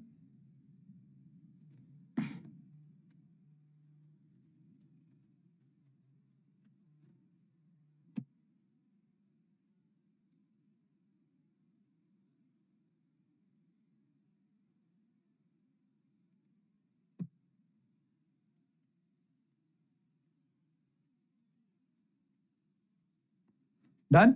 अच्छा एक बात बताओ, मान लो ये कंडक्टिंग एक वायर है, कंडक्टिंग वायर है, और इस कंडक्टिंग वायर में इस तरीके से मैग्नेटिक फील्ड लाइंस पास कर रहे हैं। ओहो, ये कंडक्टिंग वायर है, इस कंडक्टिंग वायर में इस तरीके से मैग्नेटिक फील्ड, अरे खराब बोर्ड है यार ये तो, ऐसे मैग्नेटिक फील्ड लाइंस पास कर रहे हैं। अब अगर ये मैग्नेटिक फील्ड लाइंस की वजह से फ्लक्स वेरी करेगा, है ना, इससे पास करने वाला फ्लक्स वेरी करेगा, तो इसमें करंट फ्लो करेगा। सर करंट फ्लो करेगा, कैसे करेगा सर? आई करंट फ्लो करेगा। अच्छा ठीक है, एक और ऐसा छोटा वायर में ले लूं तो, जस्ट इसके थोड़ा सा कम साइज का ऐसा छोटा वायर ले लूं तो, और इससे मान लो मैग्नेटिक फील्ड लाइंस पास कर रहा है, वो भी तो एरिया चेंज होगा। हाँ, इससे एक और छोटा ले लूं तो, फिर उससे भी करंट ऐसे पास करेगा। इससे एक और छोटा ले लूं तो, इससे सर करेगा। एक और छोटा ले लूं तो, और इससे एक और छोटा ले लूं तो, इससे एक और छोटा ले लूं तो, इससे एक और छोटा ले लूं तो, थोड़ा इससे बड़ा ले लूं तो। सर चाहते क्या हो? मैं चाहता हूं कि ऐसे ऐसे ना बहुत सारे एक रिंग से ऐसे ऐसे ऐसे ऐसे ऐसे ऐसे ऐसे ऐसे एक डिस्क बना लूं मैं। क्या बना लूं? डिस्क बना लूं। तो ऐसा डिस्क बना लूं, ऐसा ऐसा ऐसा डिस्क बना लूं। अब ये बहुत सारे कंसेंट्रिक कंडक्टिंग वायर से बने हैं, तो बहुत सारे कंडक्टिंग वायर से जब ये बनेंगे, प्लीज सभी लोग एक बार मुझे बताएं, अगर ये बहुत सारे कंडक्टिंग वायर से बना है, बहुत सारे कंडक्टिंग वायर से बना है, तो क्या ये डिस्क जैसा हो जाएगा? क्या ये डिस्क जैसा हो जाएगा? बहुत सारे कंडक्टिंग वायर से बना है, तो क्या ये डिस्क जैसा हो जाएगा? हाँ सर, डिस्क जैसा हो गया। तो this is no more wire, this is no more wire, this is a plate, conducting plate. No more wire, no no no no wire, this is no wire. ये क्या है? Conducting plate. This is no wire, no no no no no wire, this is conducting plate. और इस conducting plate से मान लीजिए कि magnetic field lines ऐसे पास कर रहा है, ये दिखेगा नहीं पूरा, चलो दिख तो रहा है, क्या दिक्कत है? ऐसे फील्ड लाइंस पास कर रहा है। अब ये मैग्नेटिक फील्ड लाइंस मैं चेंज करूं तो क्या फ्लक्स चेंज होगा? हाँ सर, फ्लक्स चेंज होगा। मैग्नेटिक फील्ड लाइन चेंज करने से फ्लक्स चेंज होगा। अगर ये आपका फ्लक्स वेरिएबल हो तो क्या इसमें करंट बहेगा? हाँ, लेकिन करंट कैसे बहेगा? करंट तो बाहर में बहता है, प्लेट में थोड़ी ना करंट बहता है। हाँ यार सर जी, प्लेट में कैसे करंट बहेगा? प्लेट में कभी तूने करंट बहाया? प्लेट को तोड़ के करंट बहाया? प्लेट को वायर में जोड़ के करंट बहाया? सारा प्लेट ही जोड़ दी। लो गुरुजी, प्लेट जोड़ दी भाई साहब। प्लेट तो प्लेट होता है यार, उसमें करंट थोड़ी ना बहता है। करंट तो किसी वायर में बहता है कि प्लेट में बहता है? जल्दी बताओ, करंट एक वायर में बहता है कि प्लेट में बहता है? सर करंट तो वायर में बहता है, ये तो प्लेट हो गया, तो प्लेट में थोड़ी ना करंट बहेगा सर जी। हे बुर्बक मास्टर, हे बुर्बक मास्टर, इस कह रहा है मास्टर कि यहां से जब मैग्नेटिक फ्लक्स चेंज होगा तो प्लेट में करंट, प्लेट में थोड़ी ना बहता है, करंट तो वायर में बहता है ना। करंट एक तार में बहता है कि प्लेट में? अच्छा एक बात बता, प्लेट में अगर करंट बहता तो बहुत सारे प्लेट जोड़ के सीधा सीधा सीधा सीधा लाइन से जोड़ के वहां बल्ब लगा दे, तो क्या बल्ब जल जाएगा? अरे सर जी, वो तो वायर में ऐसे करंट बहता है ना। हाँ, अब तो प्लेट लगा दिया मैंने, हाँ, अब क्या होगा बताओ? तो यहां पर फ्लक्स चेंज हो गया क्या? हाँ, अगर मैं इसको इनफाइनाइट छोटे छोटे छोटे छोटे छोटे छोटे वायर की तरह एज्यूम करूं, इनफाइनाइट छोटे छोटे छोटे छोटे वायर की तरह एज्यूम करूं, इनफाइनाइट वायर की तरह एज्यूम करूं, तो इसमें भी इलेक्ट्रॉन थे, इलेक्ट्रॉन के चलने से करंट बहता है। हाँ, तो यहां भी तो इलेक्ट्रॉन है, फ्लक्स चेंज हो रहा है। तो एक्चुअल में एक्सपेरिमेंटली जब हमने किया तो देखा कि ये इलेक्ट्रॉन ऐसे क्लोज लूप में भागा, इसमें तो है तो ये प्लेट, लेकिन उस प्लेट में कंसेंट्रिक लूप में ऐसे करंट भागा, ऐसे करंट भागा, ऐसे ऐसे इलेक्ट्रॉन भागा क्लोज लूप में, ऐसे भागा। मतलब यहां से इलेक्ट्रॉन भागा तो करंट बहेगा। हाँ, करंट बहेगा, ये करंट बहा। इलेक्ट्रॉन के अपोजिट में करंट होता है, वो समझ पता है हमें, हम बस करंट देखना चाहते हैं बहा। तो ऐसे करंट इस तरीके से कंसेंट्रिक लूप में बहा, इसी को कहते हैं हम eddy current. Sir eddy current क्यों कहते हैं इसको? सर ईडी करंट इसलिए कहते हैं कि ये वायर में करंट फ्लो नहीं कर रहा, प्लेट में कर रहा, ये अलग तरह का करंट हो गया। इसके मतलब पूरा इलेक्ट्रॉन ऐसे सर्कुलर लूप में बहुत सारे इलेक्ट्रॉन ऐसे गुन गुन गुन गुन गुन गुन भागेंगे। अच्छा हाँ, और जो ये करंट भागेगा तो हीट डेवलप होगा, हाँ हीट डेवलप होगा, और ये जो करंट है, current will oppose cause of change in flux. इस करंट का मकसद ये था, cause of change in flux, जो फ्लक्स चेंज हो रहा है उसको अपोज करे। तो सीधा सिंपल सी बात है, जब किसी कंडक्टिंग लूप से फ्लक्स चेंज होता है तो उसमें करंट फ्लो करता है, और जब किसी प्लेट से फ्लक्स चेंज होता है तो उसमें ईडी करंट फ्लो करता है। जब किसी कंडक्टिंग लूप में फ्लक्स चेंज होता है तो करंट फ्लो करता है, जब किसी प्लेट से करंट चेंज होता है तो उसमें ईडी करंट फ्लो करता है। ईडी करंट से अलग नहीं है। एक वायर में जब करंट फ्लो करता है, तार में, तो उसको करंट बोलते हैं। एक प्लेट में करंट फ्लो कर गया, प्लेट में करंट फ्लो कर गया, देखो प्लेट में करंट फ्लो कर गया।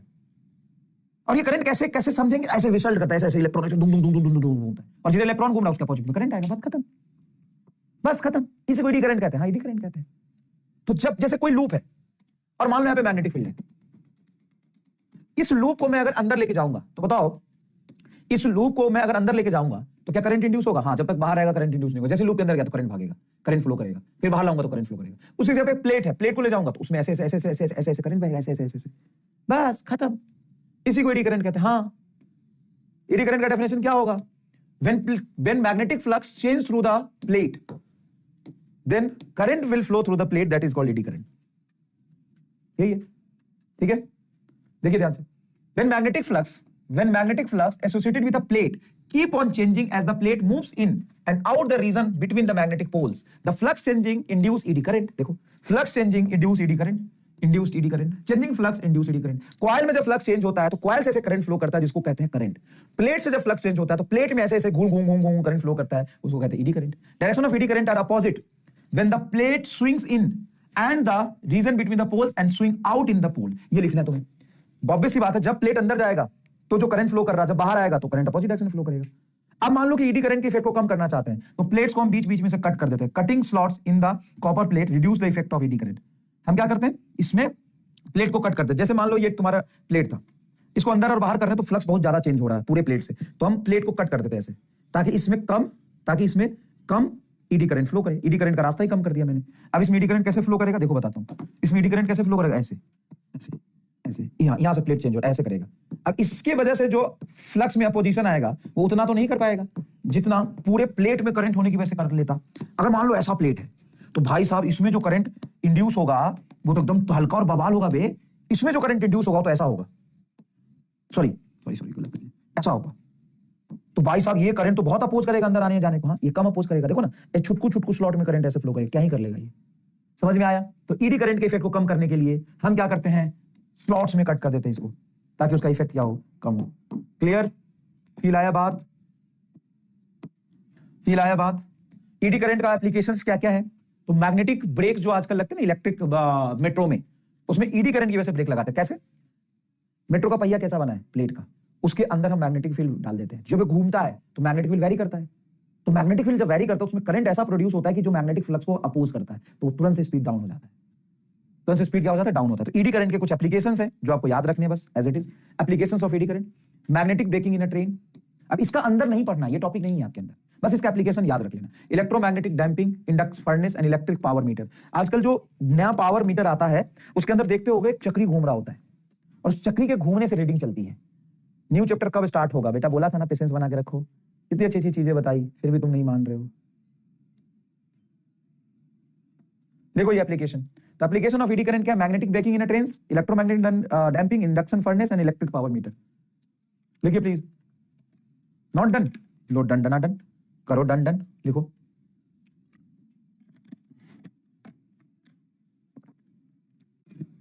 बात नहीं इतना सुबह नहीं है। हेलो हेलो हेलो, बहुत बहुत नमस्कार, कैसे हैं आप लोग? चलिए हेडिंग डालिए, एडी करंट। भाई साहब बहुत खतरनाक करंट होता है ये वाला। और बताओ क्या चल रहा है भैया? टीचर्स डे की आपको सब बहुत बहुत शुभकामनाएं, है ना? क्योंकि बच्चों के अंदर भी एक टीचर छुपा होता है जिनसे हम सीखते हैं और बच्चे का भी कुछ सिखाते हैं। नमस्ते नमस्ते नमस्ते, कैसे हैं आप लोग? होमवर्क कर लिया कि नहीं? होमवर्क कर लिया कि नहीं बताओ? होमवर्क बहुत दे रहे हो आजकल। हाँ, देना जरूरी है। अच्छा, हाँ। कैसे ये अलग रास्ते भटक जाते हैं क्या, नहीं होमवर्क देते? हाँ, ये क्या जिस दिन होमवर्क नहीं मिलता ना तो इनको क्या चैन की सांस नहीं आती। ये कहते हैं भाई साहब हमको होमवर्क नहीं दिया इस बार। 10 मैसेज अलग करते हैं कम्युनिटी पे कि मास्टर आज का होमवर्क कहाँ है। अच्छा और बहुत बढ़िया तरीके से पढ़ रहे हैं ये बच्चे आज, मतलब देख के लगता है कि हाँ कुछ पहुंच गए उस जगह तक, कि अब ये एकदम अगर उसके फ्लो के साथ चलते रहेंगे तो सब यहाँ हो तक पहुंच जाएगा। गए, हल्का सा धक्का मारेंगे तो मेडिकल कॉलेज में पहुंच हाँ, जाएंगे। बस दरवाजे तक पहुंच गए, बस थोड़ा टच करना है इन्हें और सीधे अंदर। बहुत बढ़िया। और बताओ क्या चल रहा है एकदम जोरदार? मेरे ख्याल से ये तो बहुत आगे चला गया सिलेबस। सिलेबस इनका टाइम पे चल रहा है हाँ। और टाइम पे चल रहा है, साथ साथ में 11th भी काफी रिवाइज करा दिया इनको। हाँ। और बहुत सही। सिलेबस एक दिन का उससे मुझे डिले है बस अच्छा। प्लानर से, तो एक बहुत दिन का सही। डिले, मतलब एक्स्ट्रा क्लास बिल्कुल नहीं लूंगा, तो ऐसे ही 4 दिन पहले सिलेबस आपका खत्म हो जाएगा। तो और इनका बैच तो सर बहुत पहले का है, मतलब पहले ही बैच है, हाँ पहला बैच, पहला 12th का बैच है, और मतलब सिलेबस दिवाली से पहले तो मेरे ख्याल से सारी निपट जाएगा ना। हाँ अल्टरनेटिंग करंट चल रहा है, 1.5 महीना लगेगा, 1.5 से 2 महीना मैक्सिमम। बस बढ़िया। 1.5 से 2 महीने में इनका सिलेबस खत्म हो जाएगा। सिलेबस खत्म करने के बाद इनको बोर्ड की भी तैयारी करानी है, इनको फिर नीट की खूब सारे क्वेश्चंस की प्रैक्टिस करानी है, रिवीजन कराना है, बहुत आराम से। मतलब ये माना जाए नवंबर, दिसंबर, जनवरी, फरवरी, थोड़ा बोर्ड का भी इनका रहता है, अगर एक आध महीना वहाँ पे बोर्ड के लिए निकाल दें, काफी कुछ, मतलब 4-5 महीना है, अच्छे से पढ़ सकते हैं ये। बहुत टाइम है, हाँ बहुत टाइम है। रिवीजन कम से कम 3-4 बार तो रिवीजन कर लोगे, इतने सारे सवाल कर लोगे, वैसे भी क्लास में हमारे साथ खूब सवाल करवा सवाल कर करके अपने आप में एक किताब निकल जाती है उसकी। और क्या, सही है, इतने सवाल होते हैं भाई साहब की पूरी एक किताब निकल जाती है। सोचो पूरी बुक करके तुम जाते हो, तुम पूछते ना कि किताब करनी है, किताब कर लोगे तो काम, मतलब क्लास के नोट्स कर लोगे तो उसमें ही हो गई पूरी किताब कवर। हाँ भाई, कौन सी मामी कह रहे हैं, ये क्या कोयल मामी वाला क्या बंडा है ये हैं? इसमें वीडियो कॉल की व्यवस्था है क्या? हाँ भैया, एक आध जरा कनेक्ट होके बताना जरा, क्या कोयल मामी का क्या कॉन्सेप्ट है सर? 2-4-5 इकट्ठी कर लो, मैं तो इकट्ठे कर लेता हूँ लेकिन ऐसे। स्पीकर वगैरह है कि हाँ सब आ जाएगा, देखना अभी। हेलो हेलो, जरा पूछें जरा क्या मैटर कहाँ फंस रहा है, दिक्कत कहाँ आ रही है? हाँ हाँ शुभम बेटा, क्या मतलब है ये कोयल मामी का, क्या मतलब है जरा समझाएं। हेलो, मैं उधर से चालू करता हूँ, उधर से भी कुछ इधर से होता है ना कुछ स्लाइड मैप 2026 फिजिक्स। ठीक है, हेलो हेलो हेलो हेलो, इसे रिप्लेस करके ऐड करो फिर। हाँ तो वैष्णवी, खुशी, Rohit, Siddharth. Hello hello hello भैया, टीचर्स डे वाले दिन मैंने कहा बात कर लेते हैं तुमसे, जरा कोयल मामी की बातें सुन लेते हैं। हेलो हेलो हेलो हेलो, बच्चे तो खूब है। हाँ हेलो हेलो, तो कंटिन्यू करो, चलिए बाय बाय। इसे बता देंगे ना, अच्छा क्या मैटर है? पूरी पूरी लक्ष्य की फैकल्टी बताओ, ठीक है। ब्लॉक है, ब्लॉक कहाँ होता है? लक्ष्य की फैकल्टी को ब्लॉक कर दो। अरे यहाँ पे कॉल चला जाएगा, इसको ले भाई, कर रहा हूँ, उठा ले। हाँ यहाँ से जाएगा फोन, सही कह रहे हो मुझे आप। वीसी कर ले, तेरे वीसी हाँ कर दिया मैंने। सर मेरे को स्माइली, दिनेश ठीक है, वहां, अच्छा एक कोई जाता है क्या? ठीक है, के लिए तुम्हें तैयार रहना है ना, हम आपको इस मैच में सभी चीजों के लिए तैयार करा रहे हैं, इन सब चीजों के। अरे आगे आगे आगे जल्दी फटाफट से। हाँ अच्छा अच्छा, आगे आगे। अच्छा वीडियो कॉल लेट पहुंच रही है। अरे hello hello hello hello Cynthia, thank you so much. नहीं बहुत सारे नहीं है। हाँ। ओ भाई, बेटा सिंथिया, ये क्या नाम है, ये कोयल मामी का क्या कॉन्सेप्ट था, एक बार जरा समझाएं विस्तार से। है सर, क्या क्या हाँ, क्या कह रहे, अच्छे से पढ़ाई करके रहने वाले हो, हमारी टीम दतिया के रहने, बेटा झांसी का नोट्स दिखाओ। सारे बच्चे जुड़ गए। हाँ अच्छा, ये है अंशिका नाम है तेरा? अरे भाई, क्या नोट्स बनाए हैं? भाई साहब बहुत तगड़ा। बहुत बढ़िया। अंशिका बेटा, आपके नोट्स बहुत अच्छे बने हुए हैं, थैंक यू। बहुत अच्छे से पढ़ते रहिए। कैसे कैसे बच्चों को पढ़ा रहे हैं, और एक्चुअल में बड़े भोले और मासूम और प्यारे प्यारे बच्चे पढ़ रहे होते हैं, है ना। अच्छा लगा तुमको देख के। चलो वापस आ जाओ, डन नॉट डन, अब आगे शुरू करते हैं। चीजें लिख लिया आपने, चलिए एक बात बताइए मुझे। चलिए आइए आइए, वापस आइए। चलिए रेडी, बाय नहीं रहे, बाय कहाँ से, बाय कहाँ से? अभी बाय कैसे? अभी तो 7:20 हुआ है, अभी बाय कैसे?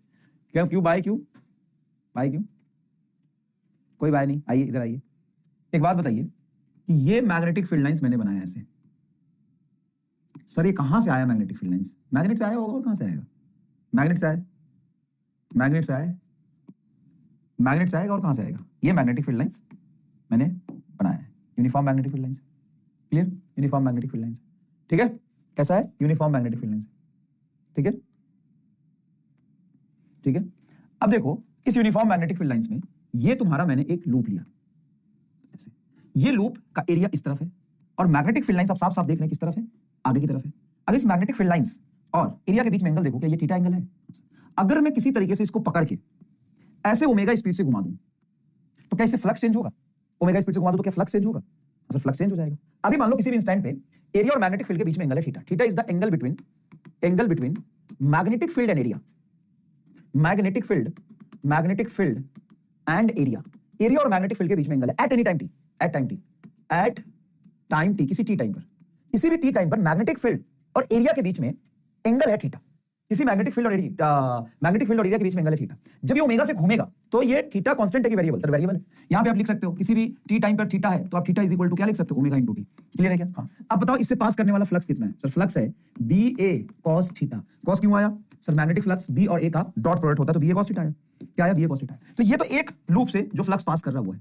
अगर मैं यहीं पे n नंबर ऑफ लूप्स लगा दूं तो सर क्या कह रहे हो? सर मतलब कि एक और ऐसा रेक्टेंगुलर लूप लगा दूं तो, एक और ऐसा लूप लगा दूं तो, एक और ऐसा लूप लगा दूं तो, और एकदम धधका के एकदम खूबे सारा लूप लगा दिया तो n है तुम्हारा total number of loop. Total number of loop, बहुते सर का लूप लगा दिया बहुत। तो टोटल फ्लक्स कितना पास करेगा? सर कुछ नहीं, एन बी ए कॉस और थीटा के जगह हम क्या पुट करेंगे? Omega T. ये करेगा। सर ये तो हम पहले ही पढ़ चुके थे। सभी लोग बताएंगे क्या ये हम पहले पढ़ चुके हैं? क्या हम ये पहले पढ़ चुके हैं? क्या हम ये पहले पढ़ चुके हैं? सभी लोग बताएंगे प्लीज, क्या हम पहले पढ़ चुके हैं? क्या हम ये चीज पहले पढ़ चुके हैं? हाँ या ना?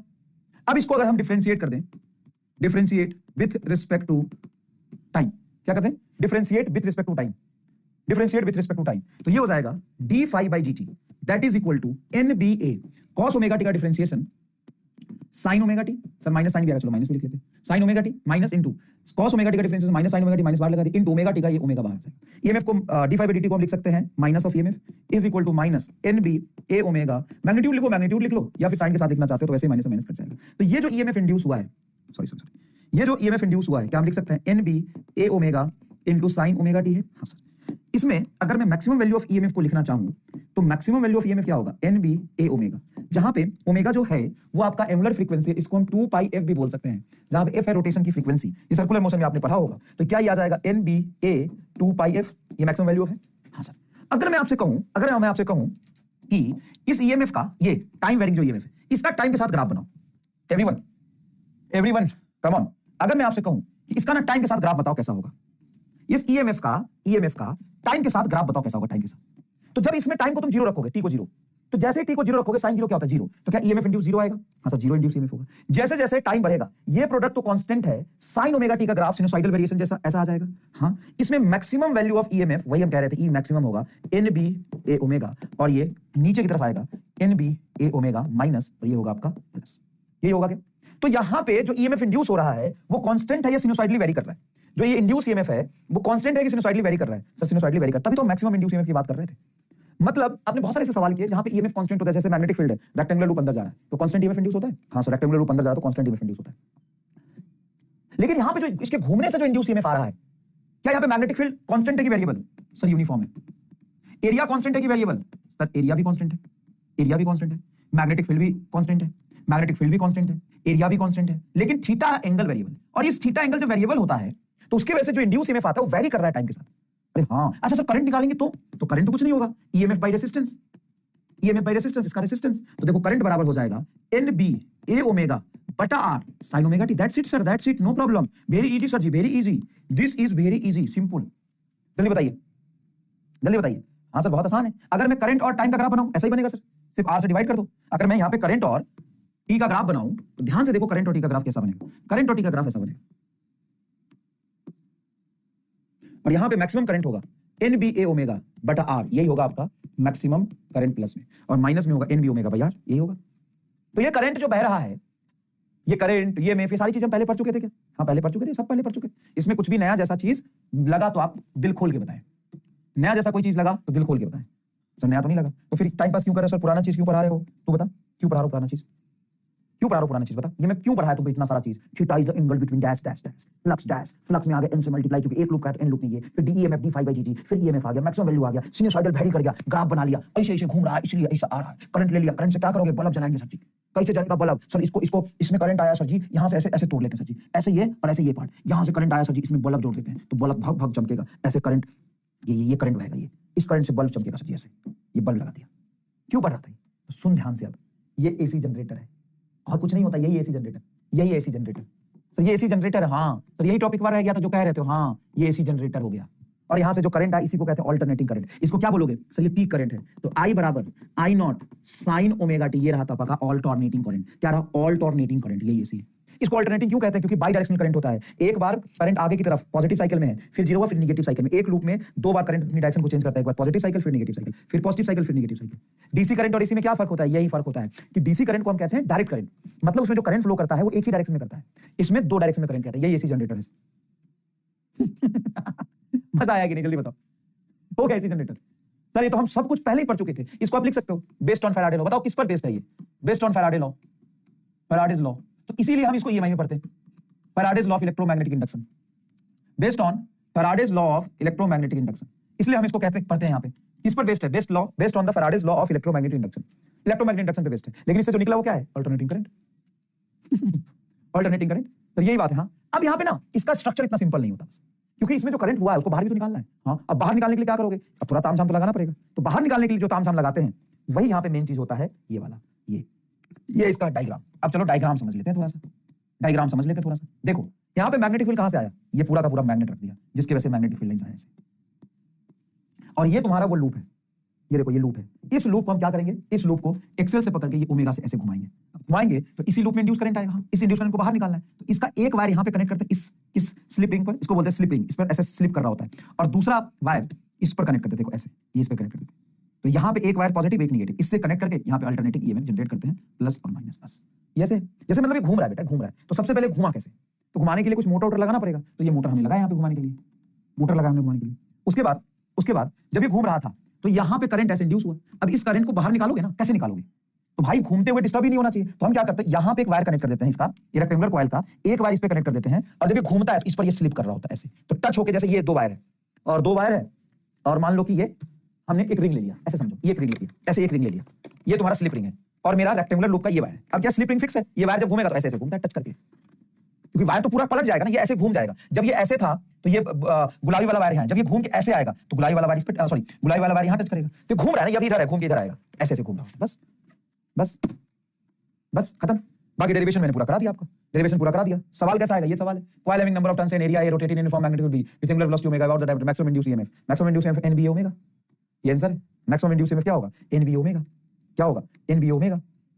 बस खत्म, एनबी ओमेगा। मैक्सिमम इंड्यूस क्या होगा? N B omega. बताओ, आओ अब इधर अल्टरनेटिंग करंट समझते हैं।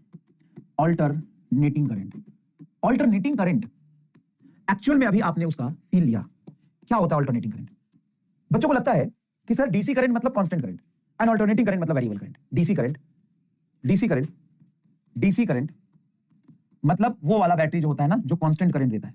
डीसी करंट मतलब कांस्टेंट करंट और एसी करंट मतलब वेरिएबल करंट। और ये दोनों ही डेफिनेशन गलत है। ऐसा नहीं है कि डीसी करंट का मतलब कांस्टेंट करंट होता है ना, गलत डेफिनेशन है। डीसी करंट का मतलब होता है unidirectional current. What is the meaning of DC current? Constant current नहीं, डीसी करंट मतलब यूनिडायरेक्शनल करंट। यूनिडायरेक्शनल करंट मतलब एक ही डायरेक्शन में करंट फ्लो करेगा। मतलब आगे करंट जा रहा है तो आगे जाएगा, आगे जा रहा है तो आगे जाएगा, आगे जा रहा है तो आगे जाएगा, आगे जा रहा है तो आगे जाएगा, आगे जाएगा तो आगे जाएगा, आगे जाएगा तो आगे जाएगा, एक ही डायरेक्शन में। और एसी का मतलब होता है by directional current. By directional मतलब दोनों डायरेक्शन में करंट फ्लो कर रहा है। बाई डायरेक्शनल करंट इसका मतलब होता है एसी। तो आप ये डेफिनेशन में ना ये लिखोगे और काटोगे इसको कि कांस्टेंट करंट को ही डीसी बोलेंगे, गलत है। डीसी में भी वेरिएबल में भी कांस्टेंट। डीसी में भी वेरिएबल और कांस्टेंट दोनों डीसी हो सकता है, लेकिन उसकी डायरेक्शन एक ही फिक्स होती है, एक ही डायरेक्शन में बहता है, एक ही डायरेक्शन में बहता है, एक ही डायरेक्शन में बहता है। और एसी में भी वेरिएबल और कांस्टेंट, कांस्टेंट को भी एसी बोल सकते हैं। में भी मैग्नीट्यूड वेरिएबल और कांस्टेंट, मैग्नीट्यूड वेरिएबल और कांस्टेंट, वेरिएबल और कांस्टेंट। इसकी मैग्नीट्यूड में भी कांस्टेंट और वेरिएबल होगी, डायरेक्शन बाई डायरेक्शनल होगी। ये मेजर डिफरेंस है एसी और डीसी का। अभी और समझाऊंगा, चिंता मत कर, अभी और समझाऊंगा, चिंता मत कर बेटा, सुन अच्छे से। डीसी मतलब एक ही डायरेक्शन में करंट फ्लो कर रही है। डीसी मतलब ऐसे, ये डीसी है, तेज या स्लो लेकिन एक ही डायरेक्शन में। और एसी क्या होता है? एसी ऐसे, एक बार ऐसे जाएगा फिर ऐसे जाएगा, ऐसे जाएगा फिर ऐसे जाएगा, ये ऐसे जाएगा फिर ऐसे। इसको कहते हैं एसी, इसको कहते हैं बाई डायरेक्शनल करंट मतलब एसी, दोनों डायरेक्शन में बहता है। अब ग्राफ से समझते हैं। जैसे मान लो करंट वर्सेस टाइम का ये ग्राफ बनाया, बताओ ये एसी है कि डीसी? सर टाइम के साथ कांस्टेंट है और पॉजिटिव है, ऐसे करंट जा रहा है, तो इसको बोलेंगे परफेक्ट डीसी। बढ़िया डीसी है सर, डीसी है सर। कैसा है? डीसी है। कैसा है? डीसी है सर जी। देखिए सिंपल एकदम डीसी है, देखो सिंपल एकदम डीसी है। अब देखो यहां पर ये करंट और टाइम, बताओ ये क्या है? सर डीसी है, डीसी है। अच्छा ये करंट और ये टाइम, बताओ कैसा है? बताओ कैसा है? डीसी है। एक ही डायरेक्शन में तो करंट फ्लो कर रहा है, बोलो एक ही डायरेक्शन में तो करंट फ्लो कर रहा है। तो सारे करंट कैसे हैं? डीसी, एक ही डायरेक्शन में है। भले मैग्नीट्यूड ज्यादा कम, कभी ऐसे तेजी से चला फिर धीरे धीरे चला, फिर तेजी से चला फिर धीरे धीरे चला, लेकिन जा तो आगे रहा है, एक ही डायरेक्शन में करंट फ्लो कर रहा है। ओके सर जी, ये क्या है? ये क्या है? एसी। यहां पर आप ध्यान से देखिए, ये ऊपर है मतलब पॉजिटिव साइकिल का करंट है और नीचे मतलब निगेटिव, निगेटिव मतलब डायरेक्शन। करंट ऐसे जीरो है, धीरे धीरे करंट बढ़ा, फिर जीरो हुआ, फिर करंट पीछे भाग रहा है। फिर करंट बढ़ा, निगेटिव में गया, फिर जीरो हुआ, फिर पॉजिटिव। इसको कहते हैं एसी, इसको कहते हैं आप एसी। यहां देखिए, यहां देखिए, ये हमने बनाया, सुनिएगा अच्छे से। जो करंट बना रहा उसको देखिएगा, जो करंट यहां पे बना रहा उसको देखिएगा। ये करंट है और टाइम के साथ इसका ग्राफ देखिएगा। सभी बच्चे ध्यान से, सॉरी, ये करंट फ्लो किया यहां तक आई, ठीक है, आई, फिर यहीं पे करंट निगेटिव आई में से फ्लो कर रहा है, फिर ये आई, फिर ये आई, फिर ये आई। बताओ क्या है? सी, स्क्वायर वेव एसी बोलते हैं इसको। क्या बोलते हैं? Square wave AC. यहां पे प्लस आई और यहां पे माइनस आई। ये बाई डायरेक्शनल करंट हुआ कि नहीं हुआ? देखो, फिक्स वैल्यू का करंट आगे बहा, फिर फिक्स वैल्यू का करंट पीछे बहा, फिर फिक्स वैल्यू का करंट आगे बहा, फिर फिक्स वैल्यू का करंट पीछे बहा। ये डायरेक्शन लगातार क्या हो रही है? चेंज हो रही है। यहां पे आई वर्सेस टी का ग्राफ देखिएगा प्लीज, ऐसे बनाए। एसी है ये। एसी और डीसी में फर्क, न्यू चैप्टर, हाँ भाई न्यू चैप्टर ही है, AC alternating current new chapter ही है।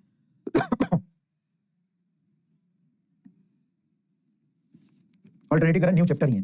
तो बहुत अच्छे से मैंने कोशिश करी आपको कि बहुत बढ़िया और कंसेप्चुअल डेफिनेशन आपको एसी और डीसी का मैं सिखाऊं। क्या सिखाऊं? बहुत बढ़िया कंसेप्चुअल डेफिनेशन में एसी और, हेलो, हाँ सर, बताओ ना। मैं यही हूँ, यही से क्लास, हाँ हाँ हाँ, यही आ गया था क्लास लेने। ठीक, हेलो हेलो हेलो। चलिए सभी लोग प्लीज बताएंगे कि डीसी करंट क्या होता है? कांस्टेंट करंट नहीं, वेरिएबल भी हो सकता है। देखो वेरिएबल भी, uni direction current, direction variable होगा, मैग्नीट्यूड में और मे नॉट बी कांस्टेंट, ठीक है। एसी करंट क्या होता है? एसी करंट वेरिएबल करंट होता है, कांस्टेंट भी हो सकता है, बाई डायरेक्शन होना चाहिए। इसको लिखो जल्दी से, और बोर्ड कर गया तुम्हारा हैंग। उफ, क्या है? इसको लिखो एक बार, मैं देखता हूं। यूनि डायरेक्शन बाई डायरेक्शन से फील आया ना?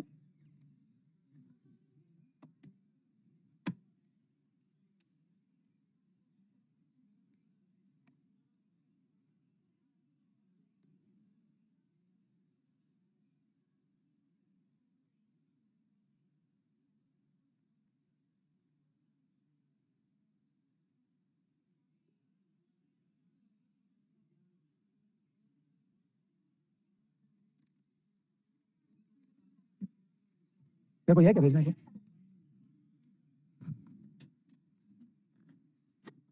फिर से बोर्ड हैंग हो गया है यार।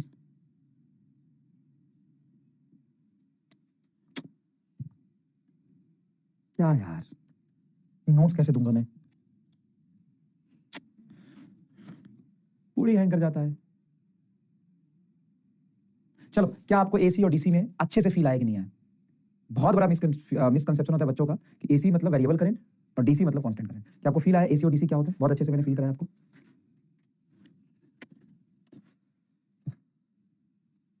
ठीक है, ठीक है।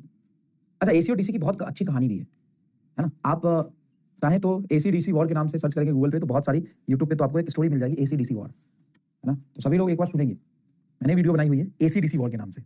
आप यूट्यूब पर लिखेंगे एसी डीसी वॉर, तो बहुत इंटरेस्टिंग कहानी आपको मिल जाएगी एसी डीसी वॉर के। फिर से बोर्ड हैंग कर गया यार, बहुत ज्यादा कर रहा है बोर्ड हैंग। क्या पंकज में हुई थी? मैं उसमें नहीं हुई थी पंकज सर की क्लास में।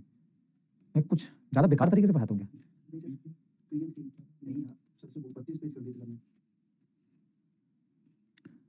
तो आप ना यूट्यूब पे सर्च करना एसी डीसी वॉर और एक बार सुनना, जरूरी है सुनना, इससे आपको फायदा ही होगा, नुकसान नहीं होगा बेटा। और सिर्फ 10 मिनट की स्टोरी है, बड़ी बड़ी लंबी नहीं है, एसी डीसी वॉर के नाम से, ठीक है क्या? माइक्रोसॉफ्ट क्यों चल रहा है भाई? मुझे नोट्स चला दे।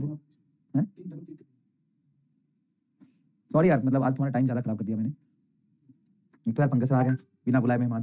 क्या आ जाते हैं यार ऐसे लोग क्लास में, दिमाग खराब कर देते हैं, पता ना बात, लेकिन ऐसे लोग रहना चाहिए क्लास में। अभी क्लास चल रही, बंद तो नहीं किया? हाँ नोट्स आ तो गया, देखता हूँ अभी। कौन से क्लास? चलो कोई स्लाइड में की जरूरत नहीं है, 10 मिनट और क्लास। कौन से लोग क्लास में आते हैं? क्या बैच मैनेजर कहेंगे? बैच मैनेजर को नमस्कार कहिएगा बोलेंगे तो, जैसे बैच मैनेजर बोले उनको बोलेंगे नमस्कार, आपको आराम की जरूरत है। चलिए देखिए, तो अल्टरनेटिंग करंट क्या होता है? By directional current. By directional मतलब दोनों तरफ करंट बहना चाहिए, दोनों तरफ बहना चाहिए, कांस्टेंट मैग्नीट्यूड का, वेरिएबल मैग्नीट्यूड का, दोनों हो सकता है। डायरेक्ट करंट क्या होता है? डायरेक्ट करंट होता है कि एक ही तरफ बहेगा उसी को डायरेक्ट करंट कहते हैं, एक ही तरफ बहेगा उसी को डायरेक्ट करंट कहते हैं, एक ही तरफ बहेगा उसको डायरेक्ट करंट कहते हैं। क्लियर है क्या? क्लियर है क्या? चलिए ये लिख लिया, अच्छे से नोट्स बना लिया। डीसी करंट क्या होता है, एसी करंट क्या होता है, लिख लिया, अच्छे से नोट बना लिया। जल्दी बताइए, जल्दी बताइए, जल्दी बताइए। बाई डायरेक्शन लो, देखो देखो, डर गए क्या? डरने के आगे जीत है गुरु, डर के आगे जीत है। चलो लिखो इसको, लिखो इसको।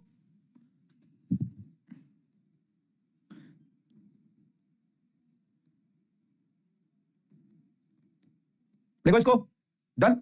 अब मुझे बताओ ये एसी है कि डीसी है? सभी लोग please come come come on, come come come on.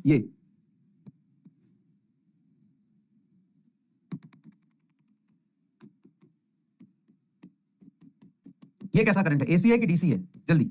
ये एसी है? पोल तो करा नहीं पाऊंगा मैं, कोई बात नहीं, सोच के बताओ, मैं कमेंट एनालाइज कर लूंगा। एसी है कि डीसी है? जल्दी बताओ। ये एसी है कि डीसी है? DC DC DC DC DC DC DC. इतना अच्छा मैंने पढ़ा दिया यार, कसम से, गजब रे गजब गजब। अच्छा चलो ये ऐसे पता कर लेंगे, जितने लोग डीसी कहते हैं वो दिल बनाएंगे, और जितने लोग एसी कहते हैं वो थम्स अप करेंगे टेम्पलेट में। थम्स अप ऐसे कैसे करते हैं? थम्स अप ऐसे, थम्स अप करेंगे। चलो देखो टेक्नोलॉजी है। बोलो जितने लोगों को लगता है कि डीसी है वो दिल बनाएंगे वो टेम्पलेट में, और जितने लोग लगता है एसी है वो थम्स अप करेंगे। चलिए 28 थम्स अप आ गया है, दिल एक भी नहीं आया। चलिए 161 हर लोग दांत निकाल रहे हैं, दांत नहीं निकालना है, तोड़ दूंगा इसे चप्पल मार के। चलिए 62 225 दिल आ गया। चलिए ठीक है। 80 लोग थम्स अप करें, ठीक है। 107 लोग थम्स अप, 700 लोगों ने दिल बनाया। चलिए चलिए कमन कमन कमन। 1300 लोगों ने दिल बनाया है, ठीक है कमन।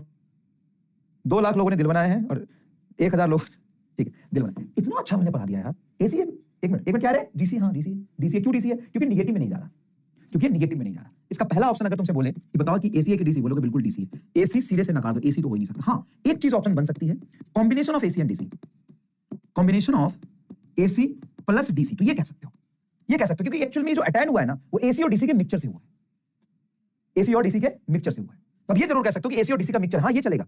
लेकिन आप ये नहीं कह सकते हो कि ये एसी है, एसी नहीं है। क्यों एसी नहीं? क्योंकि इसने डायरेक्शन चेंज नहीं करी। क्यों ऐसे नहीं? क्योंकि इसने डायरेक्शन चेंज नहीं करी। देखो इसका डायरेक्शन देखो पॉजिटिव में रह गया, निगेटिव में नहीं रहा। ठीक है, जैसे इसका अगर मैं इक्वेशन लिखूं तो कुछ ऐसा इक्वेशन लिख सकता हूं, आई बराबर 10 प्लस 2 साइन ओमेगा टी।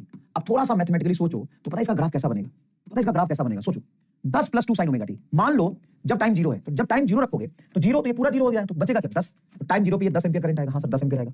अब जब टाइम बढ़ाओगे, धीरे धीरे टाइम बढ़ाओगे, तो सिनुसॉइडली 10 से ये कुछ ऐड होगा, ऐसे बढ़ता जाएगा। इसकी मैक्सिमम वैल्यू कितनी होगी? 1। तो 1 पे जब ये मैक्सिमा करेगा तो 10 तो 12, तो इसका पीक आएगा 12 पे। फिर ये 0 पे जाएगा, फिर जब ये धीरे धीरे डिक्रीज होता जाएगा, जब ये -1 होगा मिनिमम, -1 10 में से 2 गया तो ये आएगा 8 पर, 8 इसका -1 मतलब मिनिमम होगा, और इस तरीके से लूप में चलेगा। तो इसका मीन आएगा 10 पे, 12 और 8 के बीच में ऑसिलेट करेगा। तो पूरा ओवरऑल क्या बना इक्वेशन में? ओवरऑल क्या बना? डीसी करंट बना। क्योंकि एसी का मतलब सिनुसॉइडल वेरिएशन नहीं होता। कई लोग ऐसा सोचते हैं कि सर एसी मतलब सिनुसॉइडल वेरिएशन। नहीं, ये सिनुसॉइडल वेरिएशन है, हाँ है, लेकिन ये डीसी है। तो तब मजा आ गया कि नहीं, असली कांसेप्ट सीख के। असली में असली कांसेप्ट है दादा, असली। अब आम बच्चा क्या कहेगा? एक आम जिंदगी में बच्चा क्या कहेगा? कहेगा 10 प्लस 2 साइन ओमेगा टी, ये एसी करंट है। नहीं है, नहीं है ये एसी। एसी का मतलब सिनुसॉइडल वेरिएशन नहीं होता। एसी का मतलब होता है बाई डायरेक्शनल। पहला रिक्वायरमेंट बाई डायरेक्शनल, पहला requirement by directional, by directional. ये तो कांस्टेंट करंट है, बताओ ये एसी है कि नहीं? बताओ कांस्टेंट करंट है, बोलो एसी है कि नहीं? हाँ है। पहले करंट प्लस आई बह रहा है, ऐसे प्लस आई, फिर माइनस आई, फिर प्लस आई। देखो ये एसी है कि नहीं? एसी है। एसी का मतलब साइन ओमेगा टी नहीं, कॉस ओमेगा टी नहीं, by directional, by directional. AC का मतलब बाई डायरेक्शनल। ये एसी नहीं है। 10 plus 2 sign omega T AC नहीं है। बताओ, मजा आया? मजा आया? ये क्यों बोल रहा था मैं combination of AC plus DC? क्यों बोला एसी प्लस डीसी? देखो ना ये क्या था, एसी करंट। अच्छा ये 10 हटा दो तो 10 हटा दो तो 2 साइन ओमेगा टी एसी है। बताओ 2 साइन ओमेगा टी एसी है कि नहीं? हाँ है, डायरेक्शन चेंज होगा तो एसी है। अब बताओ एसी है कि नहीं? नहीं है, क्योंकि हेवी 10 एम्पियर का हेवी करंट जा रहा था, उसमें हल्का सा एसी ऐड किया, तो ऐसे से हिलाना डुलाना चाहा, लेकिन 10 एम्पियर डोमिनेटिंग है। ये 8 एम्पियर से लेकर 12 एम्पियर के बीच में ऐसे ऐसे ऑसिलेट करेगा। निगेटिव में नहीं गया करंट, मतलब करंट ने डायरेक्शन चेंज नहीं करी। क्लियर? लिखो इसको, करंट ने डायरेक्शन चेंज नहीं करी। तो या तो डीसी बोलोगे या एसी प्लस डीसी का मिक्सचर बोल सकते हो, लेकिन नेट इसका वैल्यू जो आएगा वो डीसी आएगा। समझ आया? समझ आया? लिखिए प्लीज, लिखिए प्लीज इसको, लिखिए प्लीज इसको। ठीक है। अच्छा एक बात बताओ, 11th क्लास में आपने एसएचएम पढ़ा था? 11th क्लास में क्या आपने एसएचएम पढ़ा था? एसएचएम, एसएचएम पढ़ा था 11th क्लास में? पढ़ा था। एसएचएम में पोजीशन को कैसे रिप्रेजेंट करते हैं बताना जरा। पोजीशन को कैसे रिप्रेजेंट करते हैं ऑसिलेटिंग पार्टिकल की? Position of oscillating particle, position of oscillating particle कैसे रिप्रेजेंट करते हैं? तो sir position of oscillating particle represent करते हैं x बराबर a sin ओमेगा टी जैसा इक्वेशन लिखते हैं। इसमें पार्टिकल कैसे चलता है? सर मीन पे होता है, एक्सट्रीम पे जाता है, फिर पीछे आता है मीन पे, फिर इधर जाता है, यहां तक पहुंचता है। यही तो कहते हैं ये मीन हो गया, ये एक्सट्रीम हो गया, जो उसको बोलते हैं पॉजिटिव एक्सट्रीम है, ये निगेटिव एक्सट्रीम है, ऐसे तो कहते हैं। यहां पर पार्टिकल ऐसे चल के जाता है, ऐसे, फिर यहां एक्सट्रीम पर पहुंचता है, फिर पीछे आता है, फिर पीछे चल के आता है, यहां एक्सट्रीम पर पहुंचता है, फिर ऐसे आता है, ऐसे चलता है। अब जो ये सिनुसॉइडल करंट मैं बना रहा हूं, एसी करंट, एसी करंट की सारी चीजें लगभग लगभग ऐसी नहीं है। आई बराबर I naught sine omega T. यहां भी देखो करंट 0, फिर करंट की वैल्यू प्लस आई तक गई, प्लस आई तक गई, वैरी करते करते, फिर पीछे आई 0, फिर निगेटिव माइनस आई तक गई, फिर टर्न लेके फिर आ गई 0। बताओ तो क्या कुछ कुछ ये दोनों चीजें सेम सेम नेचर रखती है? हाँ सर सेम सेम नेचर रखती है। देखो क्या ये कुछ कुछ सेम नेचर रखती है? बताओ। अच्छा वहां पे फेजर पता था, phase difference, phasor diagram, phasor या फेज डायग्राम जैसी चीजें बेटा, फेजर या फेज डायग्राम जैसी चीजें पढ़ी है? सर क्या होती है वो तो हमको नहीं आती, तो भैया वो हमको पहले पढ़ानी पड़ेगी तभी आगे पढ़ेंगे, इससे हम थोड़ा रिवाइज करना पड़ेगा। तो आपने बेसिक मैथ में पढ़ा होगा या एसएचएम में पढ़ा होगा, फेज डिफरेंस में हम सिनोसाइडल में फेजर डायग्राम बनाते हैं। Phasor diagram is nothing but a representation of the sinusoidal function. एक होता है ग्राफ अलग चीज जिसमें वैल्यू देखते हैं, और एक होता है फेजर जिसमें हम फेज डिफरेंस देखते हैं, जिसमें हम क्या देखते हैं, फेज डिफरेंस देखते हैं, वो अलग चीज होता है। वो क्या होता है, वो अलग चीज होता है। आइए थोड़ा सा समझाता हूं मैं कि फेजर डिफरेंस क्या होता है, phase difference and phasor diagram, phase difference and phasor diagram क्या होता है, फेज डिफरेंस और फेजर डायग्राम क्या होता है, ये थोड़ा समझना पड़ेगा। जैसे मैं लिखता हूं, कुछ भी लिखा मैंने, I बराबर I naught sine omega t plus phi.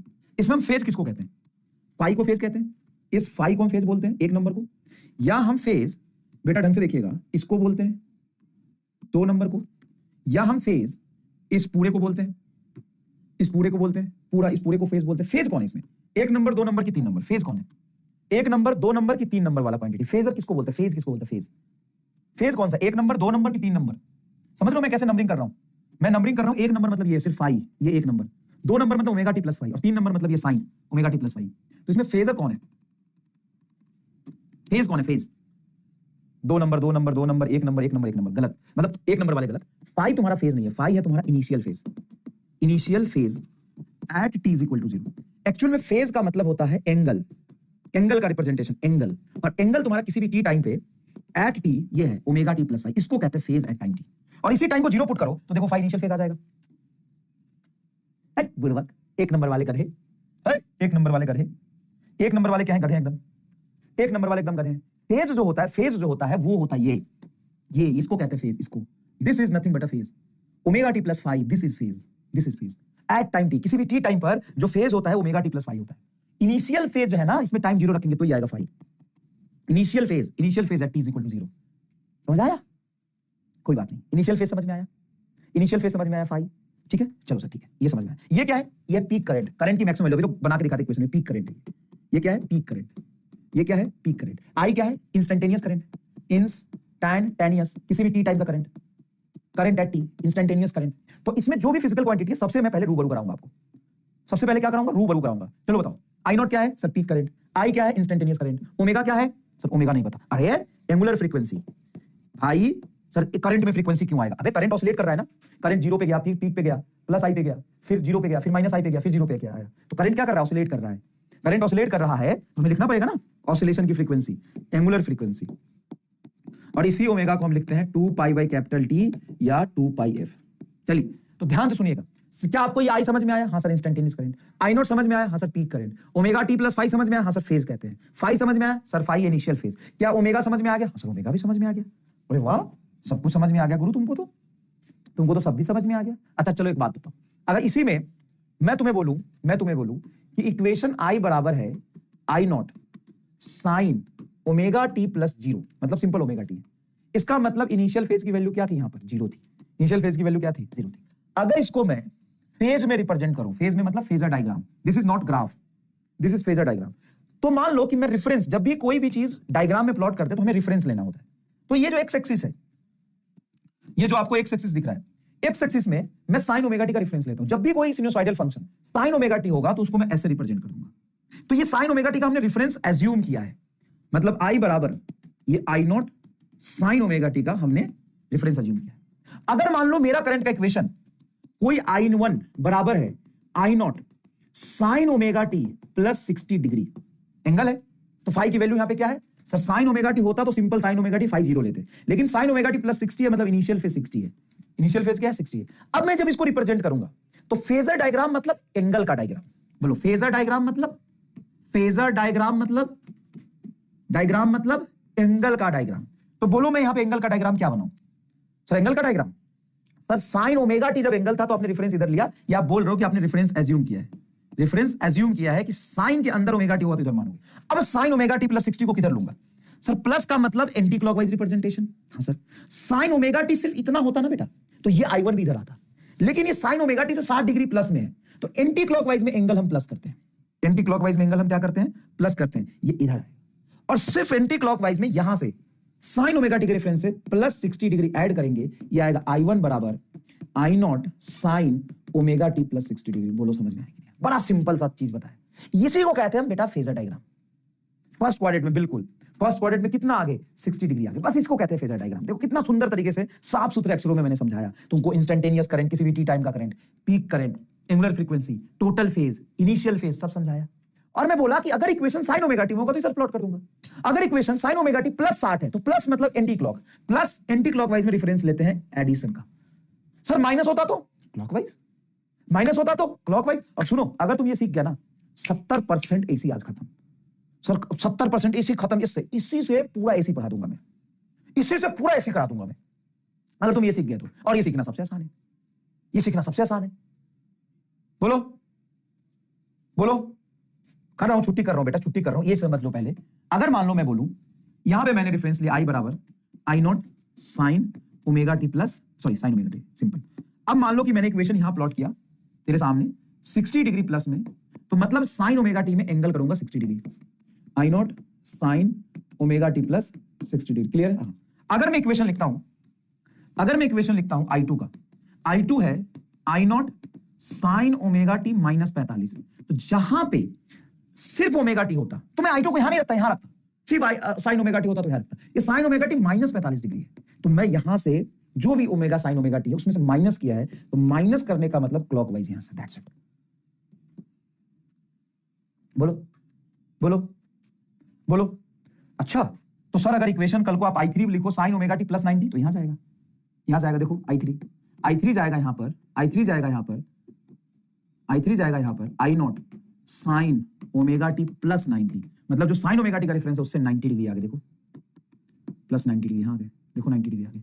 और sign omega t plus 90 cos होता है, याद करो तो। ये कन्वर्जन याद है तुम्हें? Sine 90 plus theta cos theta होता है, तो यही तो है साइन 90 प्लस ओमेगा टी, तो याद आएगा I not cos omega T. इसीलिए कहते हैं कि साइन थीटा से 90 डिग्री आगे चलता है कॉस थीटा। तो अगर I3 में लिखूं I not sine omega t plus 90 या I not cos omega T, एक ही बात है। तो अगर साइन ओमेगा टी यहां लेते हो तो उससे एंटी क्लॉकवाइज 90 डिग्री आगे चलता है तेरा cos omega T. Cos omega T 90 degree आगे चलता है। तो अगर तुम साइन यहां ले रहे हो तो उससे 90 डिग्री आगे चलेगा कॉस, उससे 90 डिग्री आगे चलेगा कॉस। हाउ 45? बेटा ये एज्यूम किया मैंने, ये फंक्शन हमने माना ये फंक्शन हमने माना कि 45 डिग्री होता तो क्या होता, और फिर उसको प्लॉट करो। ये मैं खुद से नहीं लिख रहा हूं, ये मैं पहले क्वेश्चन बना रहा हूं कि ये है, तो बताओ प्लॉट किधर करेंगे, प्लॉट किधर करेंगे बताओ। नहीं आ रहा। मैं अगर कह रहा हूं कि बेटा ये ओरिजिन है, मान लो ये ओरिजिन है, +5 तो आगे जाओगे +5, -5 तो पीछे जाएंगे -5, 6 कहां प्लॉट करोगे? +6, इससे आगे +6, -6 कहां प्लॉट करोगे? सर यहां करेंगे, -10 सर यहां करेंगे। यही चीज तुमको नहीं आती समझ।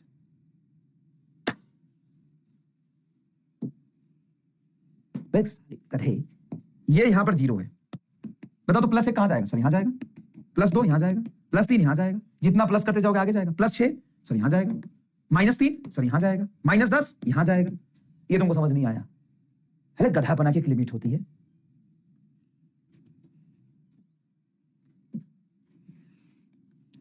जैसे वहां पे 0 रेफरेंस माना है, उसी तरीके से यहां पे रेफरेंस माना हूं मैं I not sine omega T. तो I नॉट तो पीक करंट है, लेकिन हम यहाँ पे करंट की बात ही नहीं कर रहे, हम कर रहे हैं फेज की बात। फेज की बात मतलब साइन के अंदर ओमेगा टी। तो अगर कोई इक्वेशन साइन के अंदर ओमेगा टी है, मतलब इसका इनिशियल फेज क्या है? 0, तो हम साइन के अंदर ओमेगा टी सिर्फ होता तो यहाँ प्लॉट करते। अब साइन के अंदर ओमेगा टी के साथ एक्स्ट्रा एंगल 60 है, तो प्लस किया है, तो प्लस हमेशा एंगल एंटी क्लॉकवाइज मेजर करते हैं। ये तो 11वीं क्लास के पहले में सिखाते हैं, ट्रिग्नोमेट्री के पहले क्लास में, कि बेटा यहां पे हम एंगल को 0 डिग्री लेते हैं, एंगल को हम 0 डिग्री लेते हैं। इससे जब हम एंटी क्लॉकवाइज जाएंगे तो प्लस थीटा लेंगे, क्लॉकवाइज जाएंगे तो माइनस थीटा लेंगे। 11वीं क्लास के पहले लेक्चर में ये समझाते हैं कि 0 डिग्री यहां है तो प्लस यहां जाएगा माइनस है। उसी तरीके से साइन ओमेगा टी में अंदर में 0 ऐड किया तो साइन ओमेगा टी का डिफरेंस इधर। अब साइन ओमेगा टी में कुछ भी एंगल ऐड करूंगा, इधर जाऊंगा नीचे जाऊंगा, सर कॉस में ऐड करेंगे तो पता तो चल गया कि अगर मैं साइन यहां रेफरेंस मानता हूं तो कॉस इसके 90 डिग्री पे यहां है कॉस, ये कॉस। सर tan आता ही नहीं। एसएचएम में कभी tan आया था? एसएचएम में कहीं tan आया था? एसएचएम में tan आया था? यहां भी नहीं आता। तो क्या आता है सर? साइन और कॉस, बस। तो साइन इधर तो कॉस इधर। हाँ, साइन से 90 डिग्री आगे, आगे मतलब पॉजिटिव होना, आगे मतलब एडिशन प्लस होना, पीछे मतलब माइनस होना। हो गया? खत्म। देख इधर, अगर मैं करंट लिखता हूं आई बराबर I naught cos omega t minus 60, I two बराबर I naught cos omega t plus 30, I three बराबर I naught sine omega t plus 150, I four I naught sine omega t minus 45, I five I naught cos omega t minus 135। सुन, ये बनाया तूने? अब देख यहां पे ये फेज, यहां पे अगर साइन ओमेगा टी का रेफरेंस मैं मानता हूं, अब देख इधर I1 यहां साइन होगा तो यहां कॉस होगा, कॉस से 60 डिग्री पीछे ही आएगा आंसर। ये तेरा हो गया I1, ये तेरा हो गया I1। I2 कॉस से 30 डिग्री आगे, ये तेरा हो गया I2, यहां से 30 आगे और यहां से 60 पीछे। चल आगे बोल। I3 साइन ओमेगा टी में 150 आगे, 150 मतलब 90 प्लस 30 है, ये रहा आपका, ये रहा आपका I3। 150 मतलब 90 प्लस 60, सॉरी 150 हो जाएगा 90 प्लस 60, तो ये हो गया तेरा I3, ये तेरा I3। I4 साइन से 45 पीछे, ये तेरा I4, इससे 45 पीछे, cos omega t minus 135, minus 135 से इधर ही आ जाएगा I5। ले बोल अब रॉन्ग।